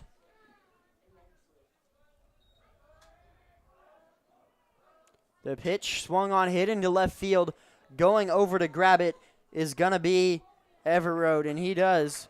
But it's not after Papio-La Vista strikes. And they are winning 2-1. Westside has to score here in the bottom of the 12th. We'll be back on the WTV Live Network. For the Monarchs, 1 run.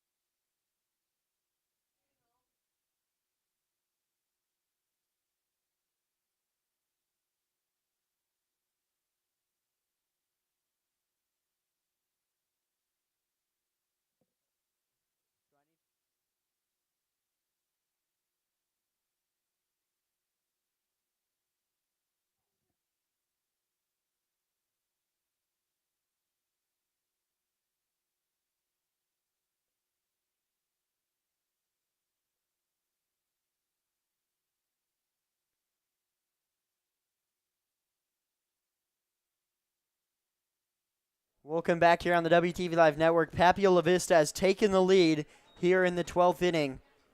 And Westside is in a must-score situation. They have 9-1-2 due up against Caden Sterling, who will be on the mound. It'll be a pinch hitter for Westside. Stepping in favor of the 9-hole hitter, Ben Everode, who's been out for quite some time. It'll be Duncan Hansen, the freshman, with the opportunity to try and make something big here in the 12th inning. Duncan Hansen with probably the biggest moment. He's only been able to be a part of 4 varsity games, and here he is with a chance to be big here in the bottom of the 12th. He'll step into the batter's box to start things off in the bottom of the 12th against Caden Sterling. Hansen takes on the first pitch, outside for ball 1.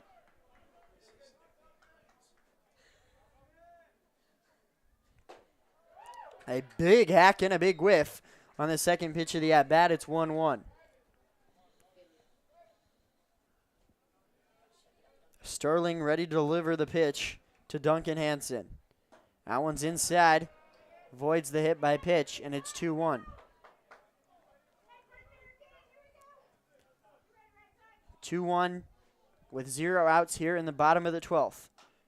Down low, and he hits it towards the foul side of the dugout, third base side. It's 2-2. It'd be good if Hansen can get on. 1, 2, and 3 would be directly up after him, including Hosey and Chandler. Who Protect the plate time for Duncan Hansen with 2 strikes, 2 balls. Takes the third ball, and it's a 3-2 count, Hunter. Big time for the freshman, Duncan Hansen. Sterling to deliver to Hansen. Swung on and staying alive as Duncan Hansen hits a foul. Another one for the building. Another one for the Graves.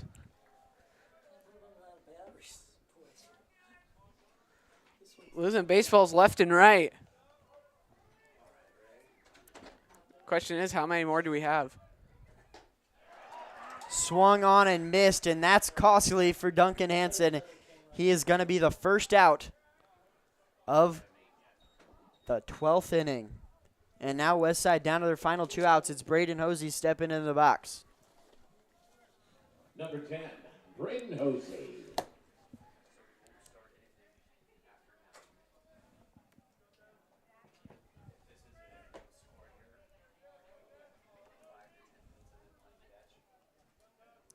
All right, here we go. Hosey in the box takes first pitch ball.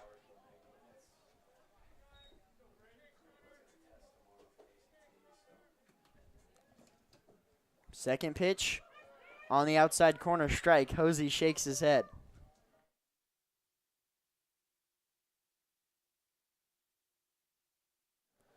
Third pitch of the at-bat, swung on and going foul down the left field line. Hosey in a 1-2 hole. Hosey's got to find some way to get back on base, especially with the speed of him. Chandler, if he can drive one into the gap like he did back in the 6th, he could. 1-2 pitch with 1 out. Swung on and missed, and Hosey's down on strikes. And Westside's down to their final 3 strikes, their final out. It's Marcus Chandler. And now Braden Hosey is showing some disbelief to the umpire.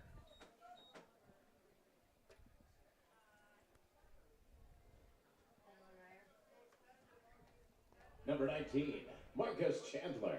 Marcus Chandler stepping into the box, representing the final out and the tying run for Westside. Takes first pitch low and outside for ball number 1.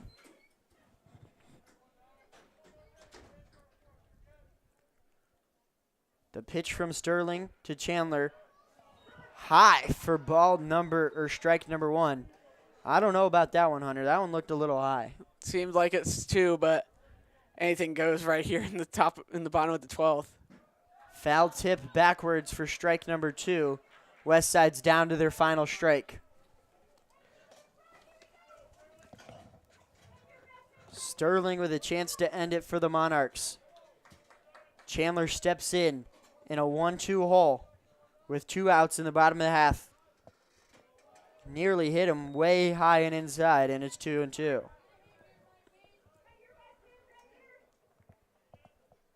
2-2 coming with 2 outs in the bottom of the 12th. Sterling to Chandler. High and outside. It's a full count, 3-2. Coach Cook on the third base side. Just standing there, hands crossed. Deep breaths for Marcus Chandler and Sterling. The 3-2 pitch. Outside! Chandler reaches base. Ooh, he just spat on that thing once more. A huge walk for Marcus Chandler. Right on the outside corner, could have gone either way. Next up for the Warriors, number 6, Luke Starlin. Luke Starlin now pitch hitting, and he is 0-4 today so far. If he can get one out to the gap, could be a tie game. Just got to get on base though. Keep the ending alive. That one's going to be inside, and it's going to be strike 1 on the inside corner. Starlin down to his final 2 strikes, 0-1 count. Sterling checks Chandler at first. Gets ready to deliver the pitch. The 0-1. Swung on. It's going deep center. Coming in on it and making the grab is Antoniak. And that's the ball game. 12 long innings here at Westside. And the Warriors fall 2-1 to the Papio-La Vista Monarchs. The Monarchs get their first win of the season in their first game, and Westside falls to 1-3 in a heartbreaker of over a 3-hour game in the first WTV broadcast of the spring season. A really long one, nonetheless. Hunter, what a game. Yeah, we persevered through it. Not much offense, but JV's coming up after this. I feel bad for them. A sad fall for Westside, their third one-run loss of the season, and coming in extras too, especially in the 12th. That's really sad.